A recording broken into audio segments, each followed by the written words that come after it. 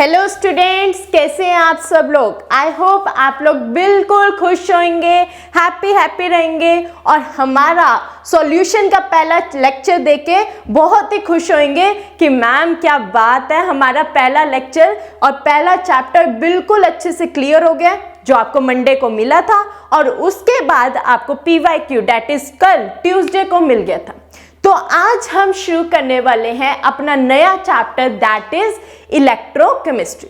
जिस चैप्टर को हम पढ़ेंगे बहुत ही क्रिएटिव वे से, बहुत अच्छे से पढ़ेंगे, सारे कॉन्सेप्ट अच्छे से वन बाय वन क्लियर करेंगे। एक बात पहले बता दूं, ये चैप्टर भी इसमें से कुछ टॉपिक्स जो एंड वाला पार्ट होते हैं वो डिलीटेड है, ठीक है। तो हम वो जो पार्ट्स हैं वो हम इसमें कवर नहीं करेंगे, हम सिर्फ वही कंटेंट पढ़ेंगे जो कि 2023 में आ रहा है, क्योंकि हमारा टारगेट ही यही है, टारगेट एग्जाम 2023। तो सिर्फ हम वही टॉपिक्स को अच्छे से पढ़ेंगे, लेकिन बहुत अच्छे और क्रिएटिव वे से पढ़ेंगे। So students, let's get started with that chapter. तो पहले आज का thought of the day, try and fail but don't fail to try. It means कि कोशिश करते रहो, है ना, कोशिश करते रहो, हार ना मानो। क्योंकि ना हमने पता है हमने अपना पूरा साल चाहे वेस्ट कर दिया, लेकिन अब हम आगे हैं आपको पढ़ाने के लिए।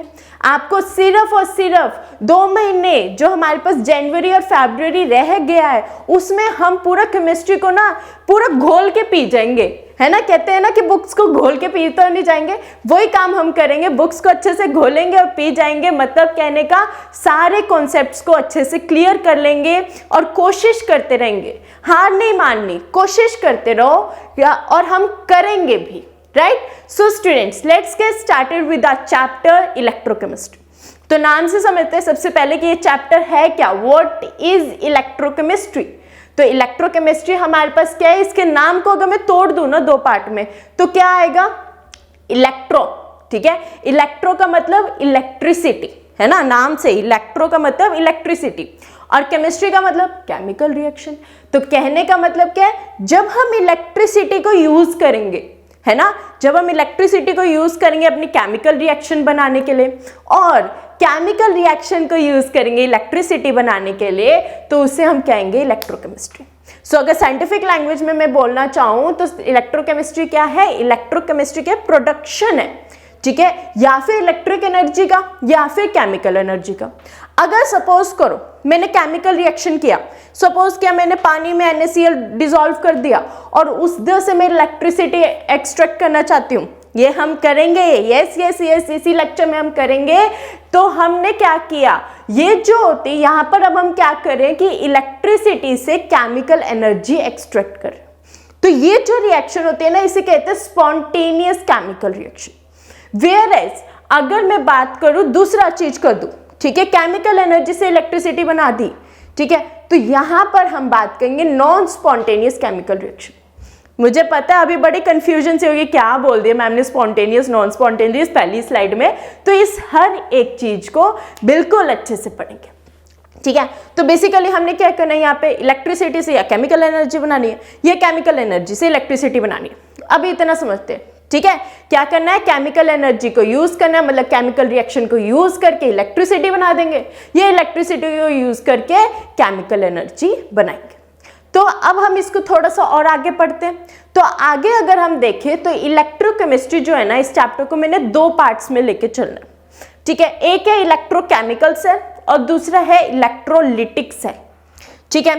तो 1 बाय 1 समझते हैं। इलेक्ट्रोकेमिकल, ठीक है, इलेक्ट्रोकेमिकल मतलब जहां पर मैं केमिकल एनर्जी को यूज करके इलेक्ट्रिकल एनर्जी बनाऊंगी, जहां पर मैं केमिकल एनर्जी को यूज करके इलेक्ट्रिकल एनर्जी बनाऊंगी, वहां पर हम क्या कहेंगे, इलेक्ट्रोकेमिकल सेल। लेकिन जहां पर मैं इलेक्ट्रिसिटी को यूज करके केमिकल एनर्जी बनाऊंगी, इलेक्ट्रिकल एनर्जी को यूज करके केमिकल एनर्जी बनाऊंगी, उसे हम क्या कहेंगे, इलेक्ट्रोलिटिक सेल कहेंगे।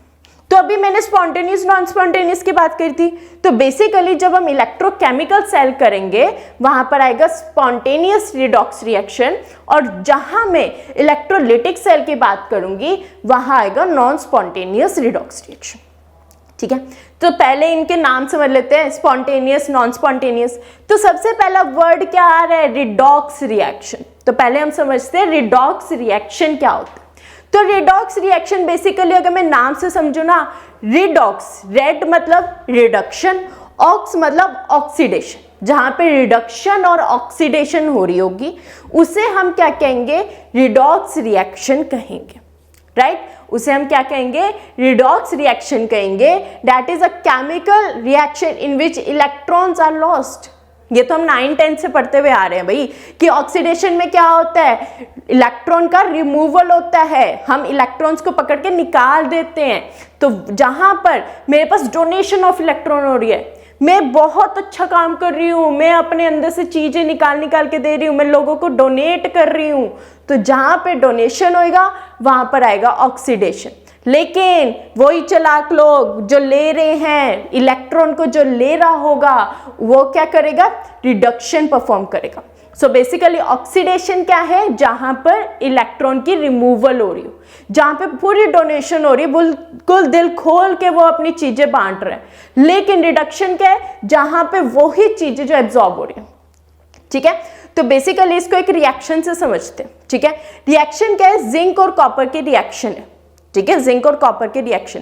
तो यहाँ पे देखो जिंक किस में कन्वर्ट हो रहा है, जिंक 2 पॉजिटिव में, मतलब कि क्या है, इलेक्ट्रॉन इसने अपना दिया है किसी को, तो जहां पर इलेक्ट्रॉन दिया वो हो गया ऑक्सीडेशन। बट उसी साइड देखो कॉपर, कॉपर 2 पॉजिटिव से कॉपर मेटल बन रहा है, राइट। कॉपर 2 पॉजिटिव से कॉपर मेटल बन रहा है, तो यहां पर क्या होगी, रिडक्शन होगी, क्योंकि उसने वही 2 इलेक्ट्रॉन किसी के लिए, मतलब जो जिंक अपने 2 इलेक्ट्रॉन दे रहा है, वही 2 इलेक्ट्रॉन लेके कॉपर ने अपने आप को मेटल में कन्वर्ट कर दिया, इसलिए हो गई ये रिडक्शन, ठीक है। सिंपली क्या हुआ, जिंक ने 2 पॉजिटिव बनाया, इलेक्ट्रॉन को दिया तो ऑक्सीडेशन हुई, कॉपर ने यहाँ पे 2 इलेक्ट्रॉन लिए तो यहाँ पर होगी रिडक्शन।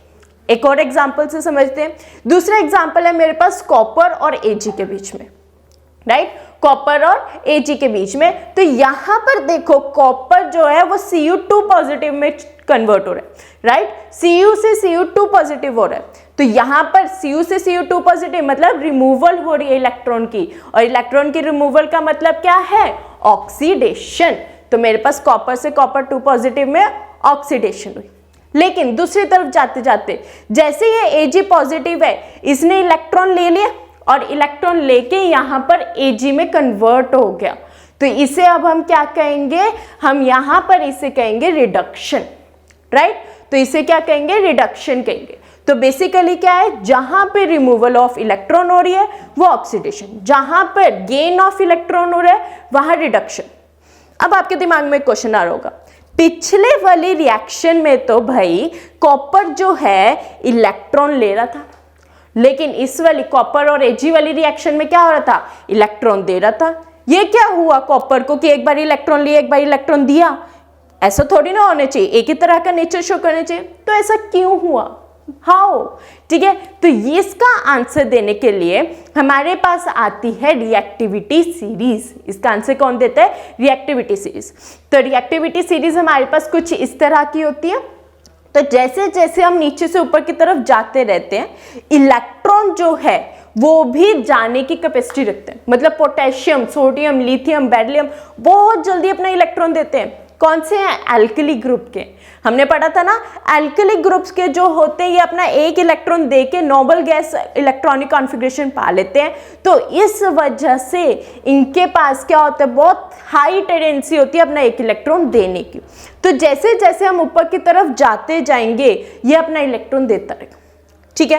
अब जैसे मैंने यहाँ पे बोला जिंक और हमारे कॉपर की बात करें, जिंक यहाँ पर है, ठीक है, कॉपर यहाँ पे।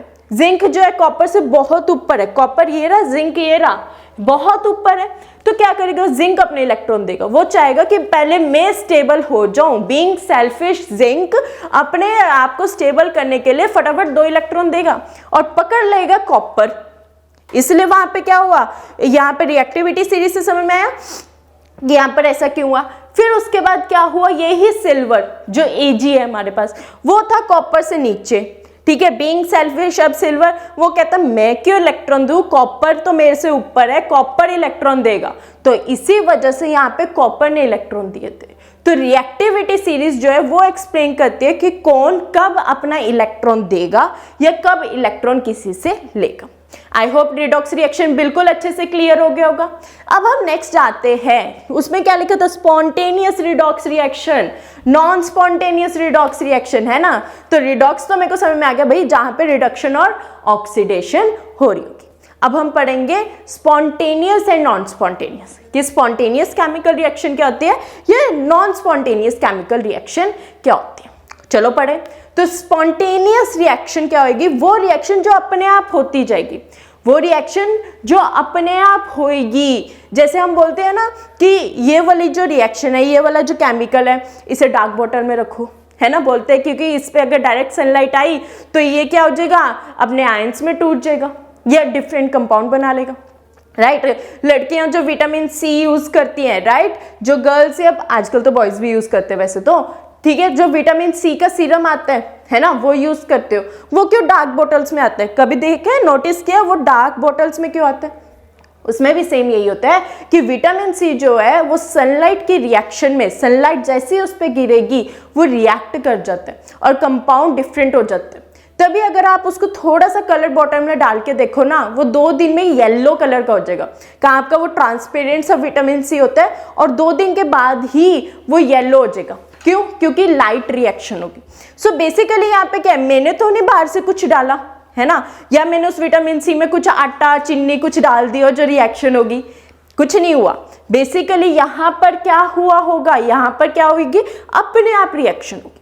तो वो रिएक्शन जो अपने आप हो जाए, जिसे बाहर से किसी भी चीज की जरूरत नहीं है, ठीक है, उन रिएक्शंस को हम कहते हैं स्पॉन्टेनियस केमिकल रिएक्शन। जैसे कि H2 और Cl2, पानी, हम बोलते हैं ना डायरेक्ट कॉम्बिनेशन वाली रिएक्शन करी थी इसकी H2 और Cl2 की, कि जैसे ही हाइड्रोजन और क्लोरीन मिला, इन्होंने क्या रिएक्ट करके बना देते हैं, HCl बना देना, ठीक है। अब हम जाते हैं नॉन स्पॉन्टेनियस। तो नॉन स्पॉन्टेनियस ऑब्वियसली स्पॉन्टेनियस का होगा उल्टा, वो रिएक्शन जो जबरदस्ती होती है, मतलब इनको ना पूरा फोर्स लगा के कराना पड़ता है कि भाई हो जा, काम कर ले थोड़ा सा, राइट ना। अभी जैसे तुम्हारे पेरेंट्स भी तुम्हें बोल रहे होंगे भाई पढ़ ले थोड़ा सा, है ना, तो वैसे ही ये रिएक्शन है जो कि बोलते हैं कि भाई हमें फोर्स चाहिए, एक्सटर्नल फोर्स चाहिए, हम तभी काम करेंगे, वरना हम काम नहीं करने वाले, हमें डंडे से चलाना पड़ता है, राइट।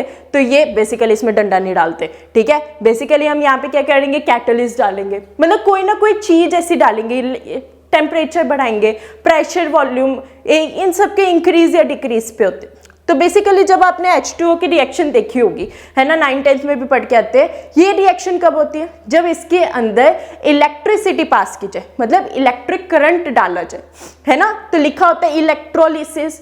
तो बेसिकली एक्सटर्नल फोर्स इसे मिल रही है, तो वो रिएक्शन जो एक्सटर्नल फोर्स के हेल्प से होगी वो होगी नॉन स्पॉन्टेनियस, जो बिना किसी के बोले काम कर जाए, अपने आप नॉर्मली होशियार बच्चा पढ़ी जा रहा है, डेली पढ़ी जा रहा है, सिलेबस उसका खत्म हो गया है, ये लेक्चर वो अपने रिवीजन के लिए देख रहा है, तो वो रिएक्शन क्या होगी, स्पॉन्टेनियस रिएक्शन होगी, राइट। तो ये हो गया हमारे पास स्पॉन्टेनियस और नॉन स्पॉन्टेनियस की बात। चलो फिर अब हमारे पास सारी बातें क्लियर होगी, स्पॉन्टेनियस भी हो गया, रिडॉक्स भी हो गया। तो अब हम शुरू करेंगे अपना चैप्टर। मैंने बोला था ना चैप्टर 2 पार्ट में करेंगे, इलेक्ट्रोकेमिकल और इलेक्ट्रोलिटिक। अच्छा स्टूडेंट्स, इलेक्ट्रोलिटिक वाला जो पार्ट है ना, वो पहले तो था, लेकिन इस साल के लिए वो डिलीट हो गए, ठीक है। तो मैं आपको उसका बेसिक सिर्फ बता दूंगी। तो हमने बेसिकली इलेक्ट्रोकेमिकल को ही डिटेल में पढ़ना। तो शुरू करते हैं अपना इलेक्ट्रोकेमिकल सेल, ठीक है। हम क्या पढ़ेंगे अभी, जितना भी अभी मैं पढ़ रही हूँ ना, वो सारा क्या इलेक्ट्रोकेमिकल सेल है। तो शुरू करते हैं इलेक्ट्रोकेमिकल सेल। जो अभी मैंने बेसिक बताया था, वो सेल जो कि हमारे पास क्या करता है, केमिकल एनर्जी से इलेक्ट्रिकल एनर्जी जनरेट करता है, राइट। केमिकल्स को यूज करके जहां पर हम इलेक्ट्रिसिटी जनरेट कर रहे होंगे, उन्हें हम क्या कहेंगे, इलेक्ट्रोकेमिकल सेल कहेंगे, राइट। इधर भी क्या होगी, रिडॉक्स रिएक्शन। बेसिकली कोई भी रिएक्शन है वो रिडॉक्स हो रही है। तो साइंटिफिकली इसलिए यहाँ पे लिखा हुआ है कि वो डिवाइस या वो सेल जो कि केमिकल एनर्जी को, रिडॉक्स रिएक्शन की केमिकल एनर्जी को इलेक्ट्रिकल एनर्जी में कन्वर्ट कर दे, उसे हम कहेंगे इलेक्ट्रोकेमिकल सेल। तो बेसिकली क्या हो रहा है, केमिकल एनर्जी से इलेक्ट्रिकल एनर्जी बनाएंगे। अभी एक पूरा प्रोसेस करेंगे, ठीक है, सब कुछ पढ़ेंगे, सारा सेल अच्छे से डिस्कस करेंगे। तो यहाँ पे इलेक्ट्रोकेमिकल का बिल्कुल बेसिक पता लग गया। क्या करना है, केमिकल एनर्जी को यूज करना है, इलेक्ट्रिकल बनाना है, ठीक है। हमारा मुद्दा ये है कि हमने केमिकल एनर्जी को यूज करके इलेक्ट्रिकल एनर्जी बनानी। चलो फिर देखते हैं कैसे बनेगा। तो कैसे हमारे पास यहाँ पे बनेगा, सबसे इसका बेस्ट एग्जांपल जो है ना, या कॉमन एग्जांपल बोले, ठीक है, वो है गैल्वेनिक या वोल्टेक से, ठीक है। ऑब्वियसली नाम से है, साइंटिस्ट के नाम से है, गैल्वेनिक साइंटिस्ट से, वोल्टेक साइंटिस्ट से, तो उन दोनों के नाम से ही इसको बोला जाता है। गैल्वेनिक भी बोला जाता है और वोल्टेक सेल भी बोला जाता है। तो देखते हैं ये सेल कैसा होता है। हमने क्या करना है, गैल्वेनिक सेल को अच्छे से डिस्कस करना। तो गैल्वेनिक सेल में हम क्या पढ़ने वाले हैं, यहाँ पर it is composed of 2 half cell. यहाँ पर क्या होगा, 2 हाफ सेल होंगे। अब ये हाफ सेल क्या आ गया, अभी पढ़ेंगे, ठीक है। हाफ सेल लेना है और उसमें 2 डिफरेंट तरह के सॉल्यूशन डालने, या सॉल्ट सॉल्यूशन डालने, और उसकी आगे रिएक्शन देखेंगे, राइट। तो बेसिक अगर हम देखें तो यहाँ पर हमने क्या करना है, 2 सॉल्यूशन लेना है, दोनों को तार से कनेक्ट कर देना है। तो देखते हैं। तो अब हम इसके सेल की केमिकल रिएक्शन को समझेंगे, ठीक है। हमने क्या लेना है, 2 बीकर लेने, ठीक है। 2 बीकर में हमने क्या डाले, 2 सॉल्यूशन डाल दी, ठीक है। एक में दूसरे तरह का सॉल्यूशन डाला, और इसमें हमने रोड डिप करनी है। इसमें हमारे पास आ गई 2 रोड्स, ठीक है, एक इस साइड एक इस साइड, दोनों अभी डिफरेंट चल रहे। फिर अब हमने क्या करना है, 2 रोड डिप करने के बाद एक साइड लेने है जिंक की रोड और दूसरी तरफ लेनी है कॉपर की रोड। तो जिसमें हमने जिंक की रोड डाली है ना, उसका सॉल्यूशन भी हम जिंक सल्फेट, मतलब कि जिंक का ही कोई एक सॉल्ट लेंगे, ठीक है। सिमिलरली फॉर कॉपर, तो कॉपर के लिए क्या ले लेंगे, कॉपर सल्फेट ले लेंगे, ले लिया, और इसको हम एक इलेक्ट्रिकल वायर के साथ कनेक्ट कर देंगे। तो आपको दिख रहा होगा कुछ इस तरह की हमारी केमिकल रिएक्शन, मतलब कि एक केमिकल सेटअप हमारा बन जाएगा, ठीक है। तो बेसिकली क्या हमने किया, यहाँ पर हमने 2 सॉल्यूशन लिए, 2 रोड डिप करिए। एक रोड में हमने जिंक की लिए, तो उसका हमारे पास सॉल्यूशन भी जिंक सल्फेट, मतलब जिंक का सॉल्ट का होएगा, और दूसरी तरफ हमने कॉपर रोड लिया है, तो हमारे पास जो यहाँ पे सॉल्यूशन भी होगा वो भी copper sulphate, that is copper salt होएगा, और उसको हम एक इलेक्ट्रिकल वायर से कनेक्ट कर देंगे। इतना सेटअप बना लिया। अब हम इसकी देखते हैं वर्किंग के समझने के लिए क्या हो रहा है। यहाँ पर जिंक जो हमने अटैच किया, ठीक है, जिंक हमने यहाँ अटैच किया, तो जिंक क्या है, रिएक्टिविटी सीरीज के अकॉर्डिंग बहुत स्ट्रॉन्ग है, और स्ट्रॉन्ग होने के वजह से ये क्या करेगा, अपने 2 इलेक्ट्रॉन दे देगा, ठीक है, अपने 2 इलेक्ट्रॉन दे देगा, और जिंक 2+ पॉजिटिव बन के सॉल्यूशन में जाता रहेगा। अब ये जो इलेक्ट्रॉन है ना, ये फ्लो होकर आएंगे कॉपर रोड पे।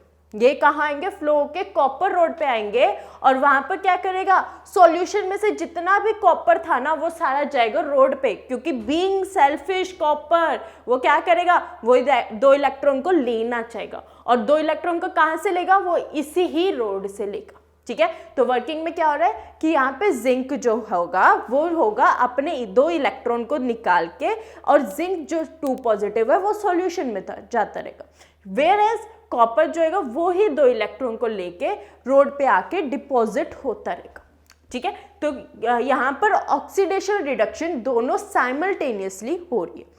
तो जिंक क्या कर रहा है, 2 इलेक्ट्रॉन दे रहा है, तो क्या हो रहा है, ऑक्सीडेशन परफॉर्म कर रहा है, और यहाँ पे कॉपर जो है 2 इलेक्ट्रॉन ले रहा है, तो क्या करेगा, रिडक्शन परफॉर्म करेगा। तो अब हम इसका पूरा सेटअप एक साथ देखते हैं। तो पूरा सेटअप एक साथ कुछ इस तरह का होता है। यहाँ पे क्या हुआ, जिंक ने अपना इलेक्ट्रॉन दिया, वो इलेक्ट्रॉन कहाँ गया, कॉपर रोड पे गया, कॉपर यहाँ से आया, उसके साथ डिपॉजिट हो गया। अगेन जिंक अपना एक इलेक्ट्रॉन फिर दे देगा, वो जाएगा यहाँ पर, ये इलेक्ट्रॉन फ्लो करते हुए जाएगा कॉपर रोड पे, और फिर कॉपर आके जाएगा इस रोड के ऊपर। तो आप क्या देख रहे हो, यहाँ पे जिंक की रोड होगी है खत्म, बिल्कुल रिड्यूस होती जा रही है, और कॉपर की मोटी होती जा रही है ना, बिल्कुल वो ले ही जा रहा है, खाते ही जा रहे, और हो गए मोटा, और वहां पर जिंक जो है वो क्या रिड्यूस होकर बेचारा पतलू सा बनने जा रहा है, ठीक है। तो यहाँ पे जिंक जो है वो रिड्यूस हो रहा है ना, तो वो उसकी जो रोड है ना वो बिल्कुल पतली होती जाएगी। वेरस कॉपर जो है वो 2 इलेक्ट्रॉन ले ही जा रहा है, तो वहां पे जो कॉपर की रोड है वो बहुत मोटी होती रहेगी। तो यहाँ पर देखते देखते हमें क्या देखने को मिलता है कि जब ये इलेक्ट्रॉन फ्लो हो रहा है, ठीक है, एक पॉइंट आता है जहाँ पर ना ये जो हमारा बल्ब लगा हुआ है या हमने फैन लगा दिया, बेसिकली क्या ये फैन रोटेशन ये जो बल्ब का ग्लो करना होता है, ठीक है, ये हमें क्या बताता है, ये हमें बताता है कि यहाँ पर इलेक्ट्रिसिटी फ्लो हो रही है। लेकिन एक बीच में ना क्या हो जाता है, एक सेल पोटेंशियल ऐसा जनरेट हो जाता है जिसके वजह से यहाँ पर जो फ्लो ऑफ इलेक्ट्रॉन है वो बंद हो जाता है। तो इसी चीज को थोड़ा सा आगे पढ़ते हैं। पहले हम समझते हैं कि ये जो रिडक्शन सेल या ऑक्सीडेशन सेल हो रहा था, इसे के लिए रिएक्शन क्या आएगी, ठीक है। तो देखो अगर हमने 2 सेटअप लिए, 2 अलग अलग सेटअप लिए और उसको एक इलेक्ट्रिकल वायर से ज्वाइन किया है, तो ऑब्वियसली रिएक्शन भी तो अलग अलग बनती है, ठीक है। तो रिएक्शन हम अलग अलग पढ़ेंगे। और मैंने आपको बोला था कि इलेक्ट्रोकेमिकल सेल में 2 हाफ सेल होते, तो जो यहाँ पर एक जिंक का सेल और यहाँ पे कॉपर का सेल आया था, उसी को अकेले को बेचारे को हाफ सेल कहते हैं, ठीक है। जो यहाँ पर एक जिंक का सेटअप आया था, है ना, और जो कॉपर का सेटअप आया था, उस बेचारे अकेले को ही हम क्या कहेंगे, हाफ सेल कहेंगे। तो एक साइड बन गया ऑक्सीडेशन हाफ सेल, दूसरी साइड बन गया रिडक्शन हाफ सेल। ऐसा क्यों बना? ऑक्सीडेशन क्या होगा, जिंक जब इलेक्ट्रॉन दे रहा था, एक तरफ क्या होगा रिडक्शन, जहाँ कॉपर इलेक्ट्रॉन ले रहा था। तो हमारे पास बेसिकली यहाँ क्या बात हुई, यहाँ पर जो हमारे पास हाफ सेल है वो 2 होंगे, और एक होगा ऑक्सीडेशन हाफ सेल, दूसरा होगा रिडक्शन हाफ सेल, ठीक है। ऑक्सीडेशन हाफ सेल में क्या होएगा, जहां पर जिंक जो है अपने 2 इलेक्ट्रॉन दे के जिंक 2 पॉजिटिव में कन्वर्ट हो रहा है, ठीक है, मेटल जो है वो रिड्यूस हो रहा है। वेयरएज रिडक्शन हाफ सेल में क्या होएगा, रिडक्शन में क्या होगा, कॉपर जो है वो ही 2 इलेक्ट्रॉन, ये वाले जो 2 इलेक्ट्रॉन है ना, ये फ्लो करके जाएंगे कॉपर पे और एक मेटल में कन्वर्ट हो रहा है, दैट इज सॉलिडिफाई हो रहा है, ठीक है। तो ये हमारे पास होगी 2 रिडक्शन, एक रिडक्शन हाफ सेल, एक होगी ऑक्सीडेशन हाफ सेल, राइट। इतना क्लियर। अब इसको अगर मेरे को पूरी सेल रिएक्शन एक साथ लिखनी होती है, सेल रिएक्शन पूरी एक साथ कैसे लिखूंगी, पूरी सेल रिएक्शन क्या कर दूंगी, इन दोनों रिएक्शंस को प्लस कर दूंगी, है ना। इन दोनों रिएक्शन को प्लस कर दिया तो मेरे पास एक पूरी रिएक्शन बन के आएगी, और वो रिएक्शन क्या है, कॉपर 2 पॉजिटिव, ठीक है, जिंक किस में कन्वर्ट होता है, Zn2 पॉजिटिव में, और कॉपर 2+ किस में कन्वर्ट होता है, कॉपर में, ठीक है। यहाँ पे 2 इलेक्ट्रॉन क्यों नहीं आए, क्योंकि देखो 2 इलेक्ट्रॉन कैंसल आउट हो जाएंगे, यहाँ पे वही कॉपर ने 2 इलेक्ट्रॉन ले लिए, जिंक ने वही 2 इलेक्ट्रॉन दे दिए, तो बात तो एक ही हो रही है, ठीक है। तो ये हमारे पास होगी ओवरऑल केमिकल रिएक्शन, क्लियर। तो ये हमारे पास प्रॉपर आ गया एक हाफ सेल के बारे में, ठीक है। दोनों हाफ सेल पूरी एक हमारे इलेक्ट्रोकेमिकल सेल जो बन गया उसके बारे में ये हमारे पास आ गया। अब इसके आगे और थोड़ी सी डिटेल में जाते हैं, तो और थोड़ी सी डिटेल में जो मैं अभी आपको बात बता रही थी कि क्या हो जाता है बीच में, ठीक है, ये जो इलेक्ट्रॉन का फ्लो है ना वो होना बंद हो जाता है। क्यों होना बंद होगा, क्योंकि यहाँ पर जो ये नेगेटिव रोड है ना, मतलब जो जिंक वाले के साथ नेगेटिव पोटेंशियल है, इधर बहुत हैवी पॉजिटिव पोटेंशियल आ जाता है, वेरस जहाँ पे ये पॉजिटिव चार्ज है वहाँ पे बहुत हैवी नेगेटिव चार्ज आ जाते हैं। तो अब क्या कॉपर चाहेगा इलेक्ट्रॉन लेना? नहीं, ऑलरेडी उसके ऊपर नेगेटिविटी इतनी आ गई, और जिंक ऑलरेडी उसके ऊपर इतनी पॉजिटिविटी आ गई कि वो बोलता है ना भाई अब तो मैं भगवान बन जाऊंगा, अब नहीं मैं और इलेक्ट्रॉन देता, ठीक है। तो यहाँ से इलेक्ट्रॉन का फ्लो होना हो जाएगा बंद, और क्या देखने को मिलेगा, ये जो बल्ब ग्लो कर रहा है ना, ये ग्लो करना हो जाएगा बंद, ठीक है। तो ये जब ग्लो करना बंद हो गया तो मेरे को पता लग गया इलेक्ट्रॉन का फ्लो हो गया बंद, इलेक्ट्रिकल एनर्जी अब कुछ भी बन नहीं रही है। तो लेकिन मुझे तो बनानी है, मैं तो चाहती हूँ भाई मेरी इलेक्ट्रिकल एनर्जी सोन बनती रहे, ऐसे थोड़ा ना हर 2 घंटे बाद मैं सेल चेंज करती रहूंगी। तो इसी चीज को ओवरकम करने के लिए कोई हमारे पास रोल प्ले करने आया, और वो कौन आया, सॉल्ट ब्रिज आया, ठीक है। तो वो कौन था हमारे पास, सॉल्ट ब्रिज। यहाँ पर हमने एक सेटअप बनाया सॉल्ट ब्रिज का, जिसने हमारे पास ये हेल्प करी, जो मतलब ये जो इलेक्ट्रॉन का फ्लो था वो जो बंद हो रहा था उसको चालू ही रखा। उसने बोला ना भाई मैं सॉल्ट ब्रिज हूँ, मैं काम करूँगा, मैं ब्रिज बन के काम करूँगा और इलेक्ट्रॉन को फ्लो रुकने नहीं दूंगा, ठीक है। तो सॉल्ट ब्रिज समझते हैं, सॉल्ट ब्रिज क्या होता है, सॉल्ट ब्रिज जो होता है ना एक यू शेप मटीरियल होता है, ठीक है, एक यू शेप होती है, ग्लास रोड ले लेते हैं हम यू शेप, और हम दोनों सेल के बीच में रख देते हैं। मान लो एक दो सेल ही है और उसके बीच में ऐसे फिक्स कर देंगे। अभी मैं आपको इसका डायग्राम भी दिखाऊंगी। इस हम केस जो हमारे पास सॉल्ट ब्रिज है, इसमें हम क्या डालते हैं, वीक इलेक्ट्रोलाइट, जैसे KCl हो गया, KNO3 हो गया, इस टाइप का कोई हम इलेक्ट्रोलाइट डाल देते हैं। तो यहाँ पर हम एक जेल डालते हैं अगर अगर साथ में, ठीक है। तो ये हमारे पास एक यू शेप मटेरियल होता है, ग्लास रोड होती है, जिसके अंदर हमने एक वीक इलेक्ट्रोलाइट जैसे KCl KNO3 डाल दिया और साथ में उसके अंदर डाल दिया अगर अगर, ठीक है। वो अगर अगर के साथ वो एक सब्सटेंस हमारा जो है एक न्यूट्रलिटी सॉल्ट ब्रिज के अंदर भी जनरेट हो जाती है। एक था मेरे पास ऑक्सीडेशन हाफ सेल, दूसरा था रिडक्शन हाफ सेल। इन दोनों को थोड़ा सा पास ले, दोनों के बीच में ये यू ट्यूब रख दिया, डैट इज यू ट्यूब नहीं रखा, यू जो शेप ट्यूब रख दी, ठीक है, यू की शेप की ट्यूब रखी है, ठीक है, यू ट्यूब नहीं उठा के रखना। तो यू शेप जो ट्यूब है मेरे पास, उसके अंदर KCl और मान लो मैंने अगर अगर का मिक्सचर बना के डाल दी। तो अब ये काम क्या करेगा, बेसिकली ये एक न्यूट्रलिटी मेंटेन करने का काम करेगा। अभी देखते कैसे करेगा। फॉर एग्जांपल हमारे पास प्रॉपर एक सेल है, ठीक है, यहाँ पर ये जिंक सेल था, ये था हमारे पास कॉपर सेल। यहाँ पे क्या हो रहा था, ये जो दो इलेक्ट्रॉन जा रहे थे, लेकिन अब ये जो Zn2 पॉजिटिव को न्यूट्रलाइज करने के लिए यहाँ से आया Cl। सिमिलरली कॉपर को न्यूट्रलाइज करने के लिए आया पोटेशियम, ठीक है। तो वहां पे वो KCl भी जो है वो टूट के K पॉजिटिव और Cl नेगेटिव बन गया। तो इसी चक्कर में जो यहाँ से Cl नेगेटिव आएगा वो Zn2 पॉजिटिव को थोड़ा न्यूट्रलाइज करेगा, वेयरएस जो यहाँ से K पॉजिटिव आएगा वो जो है हमारा जो कॉपर है उसको न्यूट्रलाइज करने का काम करेगा।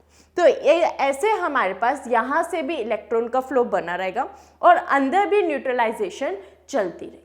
तो ये हमारे पास सॉल्ट ब्रिज का काम आ गया और ये प्रॉपरली हमारे पास आ गया इलेक्ट्रोकेमिकल सेल। तो ये मेरे पास एक फिक्स्ड इलेक्ट्रोकेमिकल सेल है और इसे हम गैल्वेनिक सेल भी कहते हैं और वोल्टेक। अच्छा, हम इसको डैनियल सेल भी कहते हैं। गैल्वेनिक और वोल्टेक सेल जब हमने सॉल्ट ब्रिज नहीं लगाया था ना तब तक का था, लेकिन जैसे ही इसके अंदर सॉल्ट ब्रिज आ गया इसे कहते हैं डैनियल सेल। ऐसा क्यों? क्योंकि डैनियल ने ही हमारे पास यहाँ पे सॉल्ट ब्रिज बताया था और न्यूट्रलिटी मेंटेन करने के लिए सॉल्ट ब्रिज दिया था, इसीलिए यहाँ पर हमारे पास इस सेल को हम कहेंगे Daniell cell. I hope it is clear. तो बेसिक जो वर्किंग है और जो फंक्शनिंग है हमारे पास इलेक्ट्रोकेमिकल सेल की वो होगी क्लियर। अब हम समझेंगे थोड़ी सी बेसिक टर्म्स, ठीक है, मतलब कि यहाँ पे जो इलेक्ट्रिसिटी हम बना रहे हैं, ठीक है, उसको भी तो कैलकुलेट करना जरूरी है। तो उसको कैलकुलेट करने के लिए अब हम यहाँ पर लाएंगे थोड़ी सी टर्म्स। वो टर्म्स यहाँ पर पढ़ने से पहले हम समझेंगे इसकी फंक्शनिंग, ठीक है। टर्म्स को पढ़ने से पहले हम समझेंगे थोड़ी सी फंक्शनिंग, ई एक्सटर्नल, ई इंटरनल, कुछ इस बारे में बात करते हैं ताकि आपको और अच्छे से उनके बारे में क्लियर, ठीक है। तो पहला है, मान लो मैंने एक सेटअप जब जनरेट किया था, ठीक है, तो कुछ इंटरनल वोल्टेज थी, ठीक है, जो ये हमने सेटअप के बारे में बात करी थी जिंक और कॉपर के, उसमें थी 1.1 वोल्ट के बारे में, ठीक है, उसमें क्या था 1.1 वोल्ट। तो ये तो हो गया इंटरनल वोल्टेज। मान लो मैं इसको एक्सटर्नली कुछ वोल्टेज दे रही हूँ तो उसको मैं नाम दूंगी ई एक्सटर्नल से, उसे मैं किससे नाम दूंगी, ई एक्सटर्नल से नाम दूंगी। तो पहला केस है, अगर मेरे पास ये ई एक्सटर्नल की वैल्यू मेरी ई इंटरनल से कम हो, मतलब नॉर्मल जो ई है ना उससे कम है, तो इससे कीमत तो हमें कोई फर्क नहीं पड़ेगा, ठीक है, जिंक अपने इलेक्ट्रॉन देता रहेगा, कॉपर इलेक्ट्रॉन लेता रहेगा, ठीक है, और यहाँ पर हमारे पास क्या होता रहेगा, नॉर्मल रिएक्शन होती रहेगी, नॉर्मल इलेक्ट्रॉन का फ्लो होता रहेगा। क्लियर। दूसरा केस लेते हैं। दूसरा केस में क्या आएगा, जब ई एक्सटर्नल की वैल्यू ई इंटरनल की वैल्यू से सेम हो जाएगी, मतलब दोनों की वैल्यू इक्वल हो जाएगी। अगर दोनों की वैल्यू इक्वल हो रही है तो क्या होएगा, जो ये केमिकल रिएक्शन है ना वो परफॉर्म करना बंद हो जाएगा। क्यों? बाहर से मैंने बहुत हाई प्रेशर लगा दिया, अंदर से भी आ रहा है, वो ही दोनों लड़के खत्म हो जाएंगे, ठीक है, तो अंदर जो इलेक्ट्रॉन का फ्लो है वो भी रुक जाएगा। वैसे तो इलेक्ट्रॉन जो ये लड़ाई है ये नहीं होती है, पोटेंशियल जनरेशन हो जाती है, उस वजह से यहाँ पे जो है जो इलेक्ट्रॉन फ्लो कर रहे हैं वो रुक जाएगा। और थर्ड केस हमारे पास क्या आएगा, जब ई एक्सटर्नल की वैल्यू ई की वैल्यू से ज़्यादा हो जाएगी, ग्रेटर हो जाएगी, तो क्या होएगा, अब काम उल्टा होएगा। जहां जिंक जो था 2 इलेक्ट्रॉन दे रहा था, अब कॉपर को 2 इलेक्ट्रॉन देना पड़ेगा। कॉपर को 2 इलेक्ट्रॉन देना पड़ेगा, हालांकि कॉपर नहीं चाहता, लेकिन उसको जबरदस्ती उसमें से निकालने पड़ेंगे 2 इलेक्ट्रॉन। वही जिंक, वो कह रहे यार मेरे को तो न्यूट्रलाइज होना है, मेरे को अपने 2 इलेक्ट्रॉन देने हैं भाई, वो लेगा, वो क्या करेगा, उसको लेने पड़ेंगे कॉपर से 2 इलेक्ट्रॉन। तो यहाँ पर क्या है, उल्टा काम हो रहा है, और इस उल्टे काम को हम कहते हैं इलेक्ट्रोलिटिक्स है, जिसको हम थोड़ा सा आगे डिस्कस करेंगे इलेक्ट्रोलिटिक सेल के बारे में। ठीक है, अब हम आ जाते हैं अपनी टर्म्स के ऊपर, राइट। अब हम आएंगे अपनी टर्म्स के ऊपर। तो अभी आपको ई एक्सटर्नल, ई के बारे में तो पता लग गया होगा, इसकी बेसिक बात तो पता लग गई होगी। तो यहाँ पर पहली हम जो टर्म पढ़ने वाले हैं वो है इलेक्ट्रोड पोटेंशियल। देखो इलेक्ट्रोड क्या है, जो 2 रोड नहीं डाली थी मैंने, एक जिंक की डाली थी और एक कॉपर की डाली थी, ये जो 2 रोड है, इन 2 रोड के बीच में कुछ पोटेंशियल जनरेट हो जाएगा, है ना, कोई ना कोई चार्जेस की जनरेशन हो जाएगी, और जो वो चार्जेस है उसे हम इलेक्ट्रोड पोटेंशियल कहते हैं। सो the potential difference generate between the 2 electrodes, मतलब ऑक्सीडेशन वाली इलेक्ट्रोड और कॉपर वाली दैट इज रिडक्शन वाली इलेक्ट्रोड, इन दोनों के बीच में जो पोटेंशियल जनरेशन आई है इसे हम क्या कहेंगे, इलेक्ट्रोड पोटेंशियल कहेंगे, राइट। इसे हम क्या कहेंगे, पोटेंशियल, मतलब 2 इलेक्ट्रोड, दोनों रोड के बीच में जो पोटेंशियल आता है, जो डिफरेंस आता है उसे कहेंगे इलेक्ट्रोड पोटेंशियल। फॉर एग्जाम्पल अब हम लेते हैं डैनियल सेल के केस में, राइट, इसको हम लेंगे डैनियल सेल के केस में। तो डैनियल सेल, तो पहले अब हम समझते हैं डैनियल सेल की हेल्प से कि इसकी वर्किंग है। ठीक है, फॉर एग्जाम्पल मैं अभी जिंक का सेटअप लेके चल रही हूँ, ठीक है, तो ये इलेक्ट्रोड कौन सी है, जिंक की इलेक्ट्रोड है। अभी हमने देखा कि ये जो जिंक है वो फैल रहा था, है ना, ये सारे जितने भी इसके जो Zn है, ये Zn2 पॉजिटिव बन के इस सॉल्यूशन में आ रहा था, राइट। अब ये जब वो सॉल्यूशन के अंदर आ जाएगा तो इलेक्ट्रोड के ऊपर क्या चार्ज रह जाएगा, इलेक्ट्रोड, अब वो जो इलेक्ट्रोड है वो रिड्यूस हो रही है, तो कम हो रहा है, उसके अंदर से चीज रिमूव आउट हो रही है, तो यहाँ पर नेगेटिव चार्ज की फॉर्मेशन आ जाएगी। सिमिलरली अगर मैं कॉपर में देखूं, ठीक है, तो कॉपर के केस में क्या हो रहा है, इस सॉल्यूशन में कॉपर था, ठीक है, वो कॉपर, अब यहाँ से जो इलेक्ट्रॉन आए हैं वो कॉपर क्या होएगा, सारा इलेक्ट्रोड पे जाके डिपॉजिट हो जाएगा, सारा इलेक्ट्रोड पे आ गया, डिपॉजिट हो गया, तो इधर क्या हो जाएगा, पॉजिटिव चार्ज की फॉर्मेशन आ जाएगी। तो ये हमारे पास बताता है कि जो हमारा यहाँ पर एनोड जो है, यहाँ पे जो हमारे पास नेगेटिव चार्ज जनरेट हो रहा है, तो एनोड के ऊपर नेगेटिव पोटेंशियल जनरेट हो रहा है, वेयर एज जो कैथोड है उसके ऊपर पॉजिटिव चार्ज जनरेट हो रहा है। तो ये हमें एक्सप्लेनेशन देता है इलेक्ट्रोड पोटेंशियल। नेक्स्ट अब हम समझते हैं स्टैंडर्ड इलेक्ट्रोड पोटेंशियल।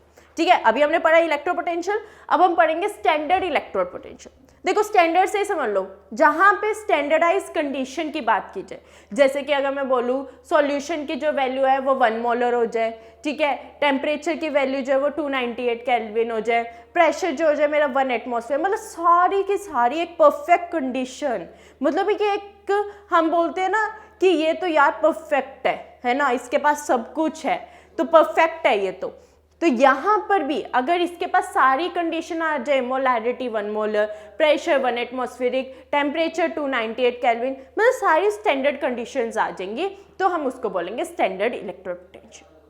क्लियर। तो स्टैंडर्ड इलेक्ट्रोड पोटेंशियल को ना हम 2 पार्ट्स में समझते हैं, ठीक है, 2 पार्ट्स में समझते हैं। एक देखो, एक और थी ऑक्सीडेशन, एक और थी रिडक्शन, तो इसको भी स्टैंडर्ड इलेक्ट्रोड पोटेंशियल भी 2 पार्ट में हो जाएगा, स्टैंडर्ड ऑक्सीडेशन पोटेंशियल और standard reduction potential, right, oxidation potential and reduction potential. तो इनको हम लिखते कैसे, ई नोट, मैंने आपको देखो सॉल्यूशन वाले चैप्टर में भी बताया था, जहां पे नोट आ जाए वहां प्योरिटी, परफेक्शन, राइट, तो जहां पर यहाँ पर भी नोट आ जाएगा तो हम बोलेंगे परफेक्ट, स्टैंडर्ड कंडीशन है, ठीक है। तो ई नोट M/Mn पॉजिटिव, ये क्या बता रहा है, मतलब जो मेरा मेटल है ना वो अपने इलेक्ट्रॉन दे रहा है, ठीक है। यहां पर देखेंगे रिडक्शन में, रिडक्शन ऑफकोर्स से बात है, स्टैंडर्ड कंडीशन की बात बोल रहे हैं, तो नोट आ गया। फिर उसके बाद Mn पॉजिटिव टू 2M, ठीक है, Mn पॉजिटिव ऑब्लिक M, ये क्या बता रहा है, मतलब पहले वो था कॉपर जैसा Cu2 पॉजिटिव, अब क्या वो 2 इलेक्ट्रॉन या कितने भी नंबर ऑफ इलेक्ट्रॉन वो लेके मेटल में कन्वर्ट हो रहे हैं। तो ऑक्सीडेशन क्या बताता है, पहले हम क्या लिखेंगे, यहाँ पे मेटल लिखेंगे और फिर वो किस में कन्वर्ट हो रहा है, वो वेयर एज रिडक्शन में क्या लिखेंगे, पहले जो उसके ऊपर चार्ज था वो लिखेंगे, फिर ऑब्लिक लगा के जिसमें वो मैटर में कन्वर्ट हो रहा है वो लिखेंगे। तो ये हो गया हमारे पास स्टैंडर्ड इलेक्ट्रोड पोटेंशियल की बात। नेक्स्ट अब हम चलते हैं, नेक्स्ट हमारे पास आ गया सेल पोटेंशियल। नेक्स्ट क्या होता है, सेल पोटेंशियल। देखो यहाँ पर तो मैंने कहा जो दो रोड थी उनके बीच में जो पोटेंशियल डिफरेंस आया था उसको हम क्या कह रहे थे, इलेक्ट्रो पोटेंशियल। अब मैंने तो दो हाफ सेल बनाए थे प्रॉपर बेचारे, सॉल्यूशन को क्यों इग्नोर करना है ना। तो जो वो दो हाफ सेल बनाए थे जिसमें जिंक का हम बोलेंगे जिंक इलेक्ट्रोलाइट था या जिंक सॉल्ट था, ठीक है, या दूसरे में कॉपर सॉल्ट था, ठीक है, ये दोनों एक सेल बन गए थे। इन सेल के बीच में जो पोटेंशियल डिफरेंस आएगा उसे हम क्या कहेंगे, सेल पोटेंशियल कहेंगे। So the potential difference between the two half cell, that is oxidation half cell and the reduction half cell, उसे हम क्या कहेंगे, यहाँ पर सेल पोटेंशियल कहेंगे। इसे हम कैसे जनरेट करते हैं, ई नोट सेल से। इसे हम कैसे बोलेंगे, ई नोट सेल से। तो ये क्या हो गया, ई nought cathode minus E nought anode, ठीक है, E nought cathode minus E nought anode इसका फॉर्मूला होता है, ठीक है। मतलब कैथोड पे जो भी हो रहा है हमारे पास, एनोड पे जो भी हो रहा है, उसके बीच का वो माइनस कर देंगे तो वो हमारे पास आ जाता है ई नोट सेल की। अब जैसे हमने एक ये इलेक्ट्रोड पोटेंशियल है ना, उसके बाद क्या स्टैंडर्ड पोटेंशियल। इलेक्ट्रोड पोटेंशियल क्या था, जब नॉर्मल कंडीशन में बात करते। स्टैंडर्ड क्या था, जब परफेक्शन के साथ बात करते। वैसे ही सेल पोटेंशियल क्या हो गई, जब हमने परफेक्शन के साथ बिल्कुल बात करी। तो इसके बाद भी तो नॉन परफेक्शन वाली बात होनी चाहिए ना, मतलब जहां पे नॉर्मल रिएक्शन हो रही है तो उसे हम कहते हैं इलेक्ट्रोमोटिव फोर्स, ईएमएफ, ठीक है, उसे हम क्या कहेंगे, ईएमएफ। बात वही सेम है, बस इसमें स्टैंडर्डाइज कंडीशन नहीं होती। तो इसको कैसे लिखते हैं, ई सेल लिखते हैं, ठीक है, इसे क्या लिखते हैं, ई सेल लिखते हैं। तो E cell is equal to E cathode minus E anode. और इसे कैसे लिख सकते हैं, E cell is equal to E right minus E left, ठीक है। इसे हम कैसे लिखेंगे, E right minus E left लिखेंगे। क्योंकि जब हम एक देखो, जब इलेक्ट्रोकेमिकल सेल बना रहे थे ना, तो कैथोड जो था वो हमेशा राइट साइड में था और जो एनोड जो था वो मेरा लेफ्ट साइड में था।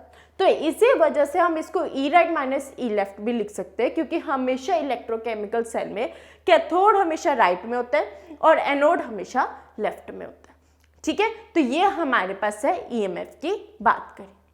नेक्स्ट हमारे पास आता है cell representation and one of the most important topic of this chapter, ठीक है। सेल रिप्रेजेंटेशन बहुत इंपॉर्टेंट है।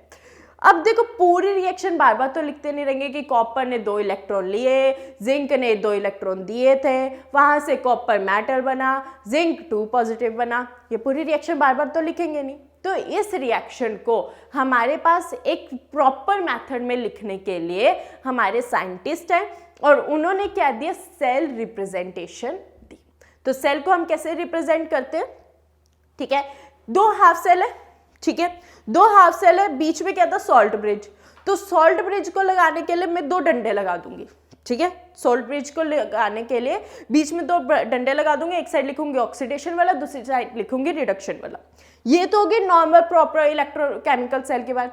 अब ऑक्सीडेशन के बीच में भी रिएक्शन हो रही थी तो उसको सिंगल वर्टिकल लाइन से शो करूंगी, और रिडक्शन के बीच में भी रिएक्शन होगी तो उधर सिंगल, मतलब कि कंपाउंड जो रिड्यूस हो रहा है, ठीक है, वो आ गया, सिंगल डंडा आ गया, फिर जो वो कन्वर्ट हुआ वो लिखा, फिर सॉल्ट ब्रिज आ गया, सेम फॉर द रिडक्शन वाला। ऐसे नहीं समझ में आएगा, देखते हैं यहाँ पर कि कैसे हम लिखेंगे, राइट। तो यहाँ पे समझो कैसे हम सेल रिप्रेजेंट करेंगे हमारे पास। तो यहाँ पे सेल रिप्रेजेंटेशन कैसी आती है, फॉर एग्जांपल मेरे पास ये रिएक्शन थी, कॉपर 2 पॉजिटिव जो था जिंक के साथ रिएक्ट करके कॉपर प्लस Zn2 पॉजिटिव बना रहा था, राइट। ये रिएक्शन हो रही थी। अब ये जब रिएक्शन हो रही थी, ठीक है, तो इसमें क्या था, एक आ रहे थे ऑक्सीडेशन या एनोड वाली रिएक्शन, एक आ रही थी कैथोड वाली रिएक्शन, ठीक है। एनोड पे क्या होता, जब जिंक जो है वो Zn2 पॉजिटिव में कन्वर्ट होता, राइट, और कैथोड पे क्या होता, जब कॉपर जो था 2 पॉजिटिव 2 इलेक्ट्रॉन लेके कॉपर मेटल में कन्वर्ट होता। ये नॉर्मल दोनों रिएक्शन हो रही थी। तो इसको लिखेंगे कैसे, इसको सेल रिप्रेजेंट करना है तो वो करेंगे ऐसे, एनोड वाला लिखा Zn, फिर Zn किस में कन्वर्ट हुआ है, Zn2 पॉजिटिव में, तो सिंगल लाइन लगाई, ठीक है, Zn2 पॉजिटिव लिखा। जो बीच में 2 डंडे हैं ना वो क्या रिप्रेजेंट करे, सोल्ट ब्रिज रिप्रेजेंट करे, क्या रिप्रेजेंट करे, सोल्ट ब्रिज। ठीक है, तो मतलब ये एनोड वाली रिएक्शन, ये है कैथोड वाली रिएक्शन। एनोड वाली रिएक्शन होगी, उसके बाद हमने क्या लगाना है, सोल्ट ब्रिज लगाना है, और फिर हमने कैथोड वाली रिएक्शन लिख ली है, that is Cu2 positive, and वो किस में कन्वर्ट हुआ, कॉपर में।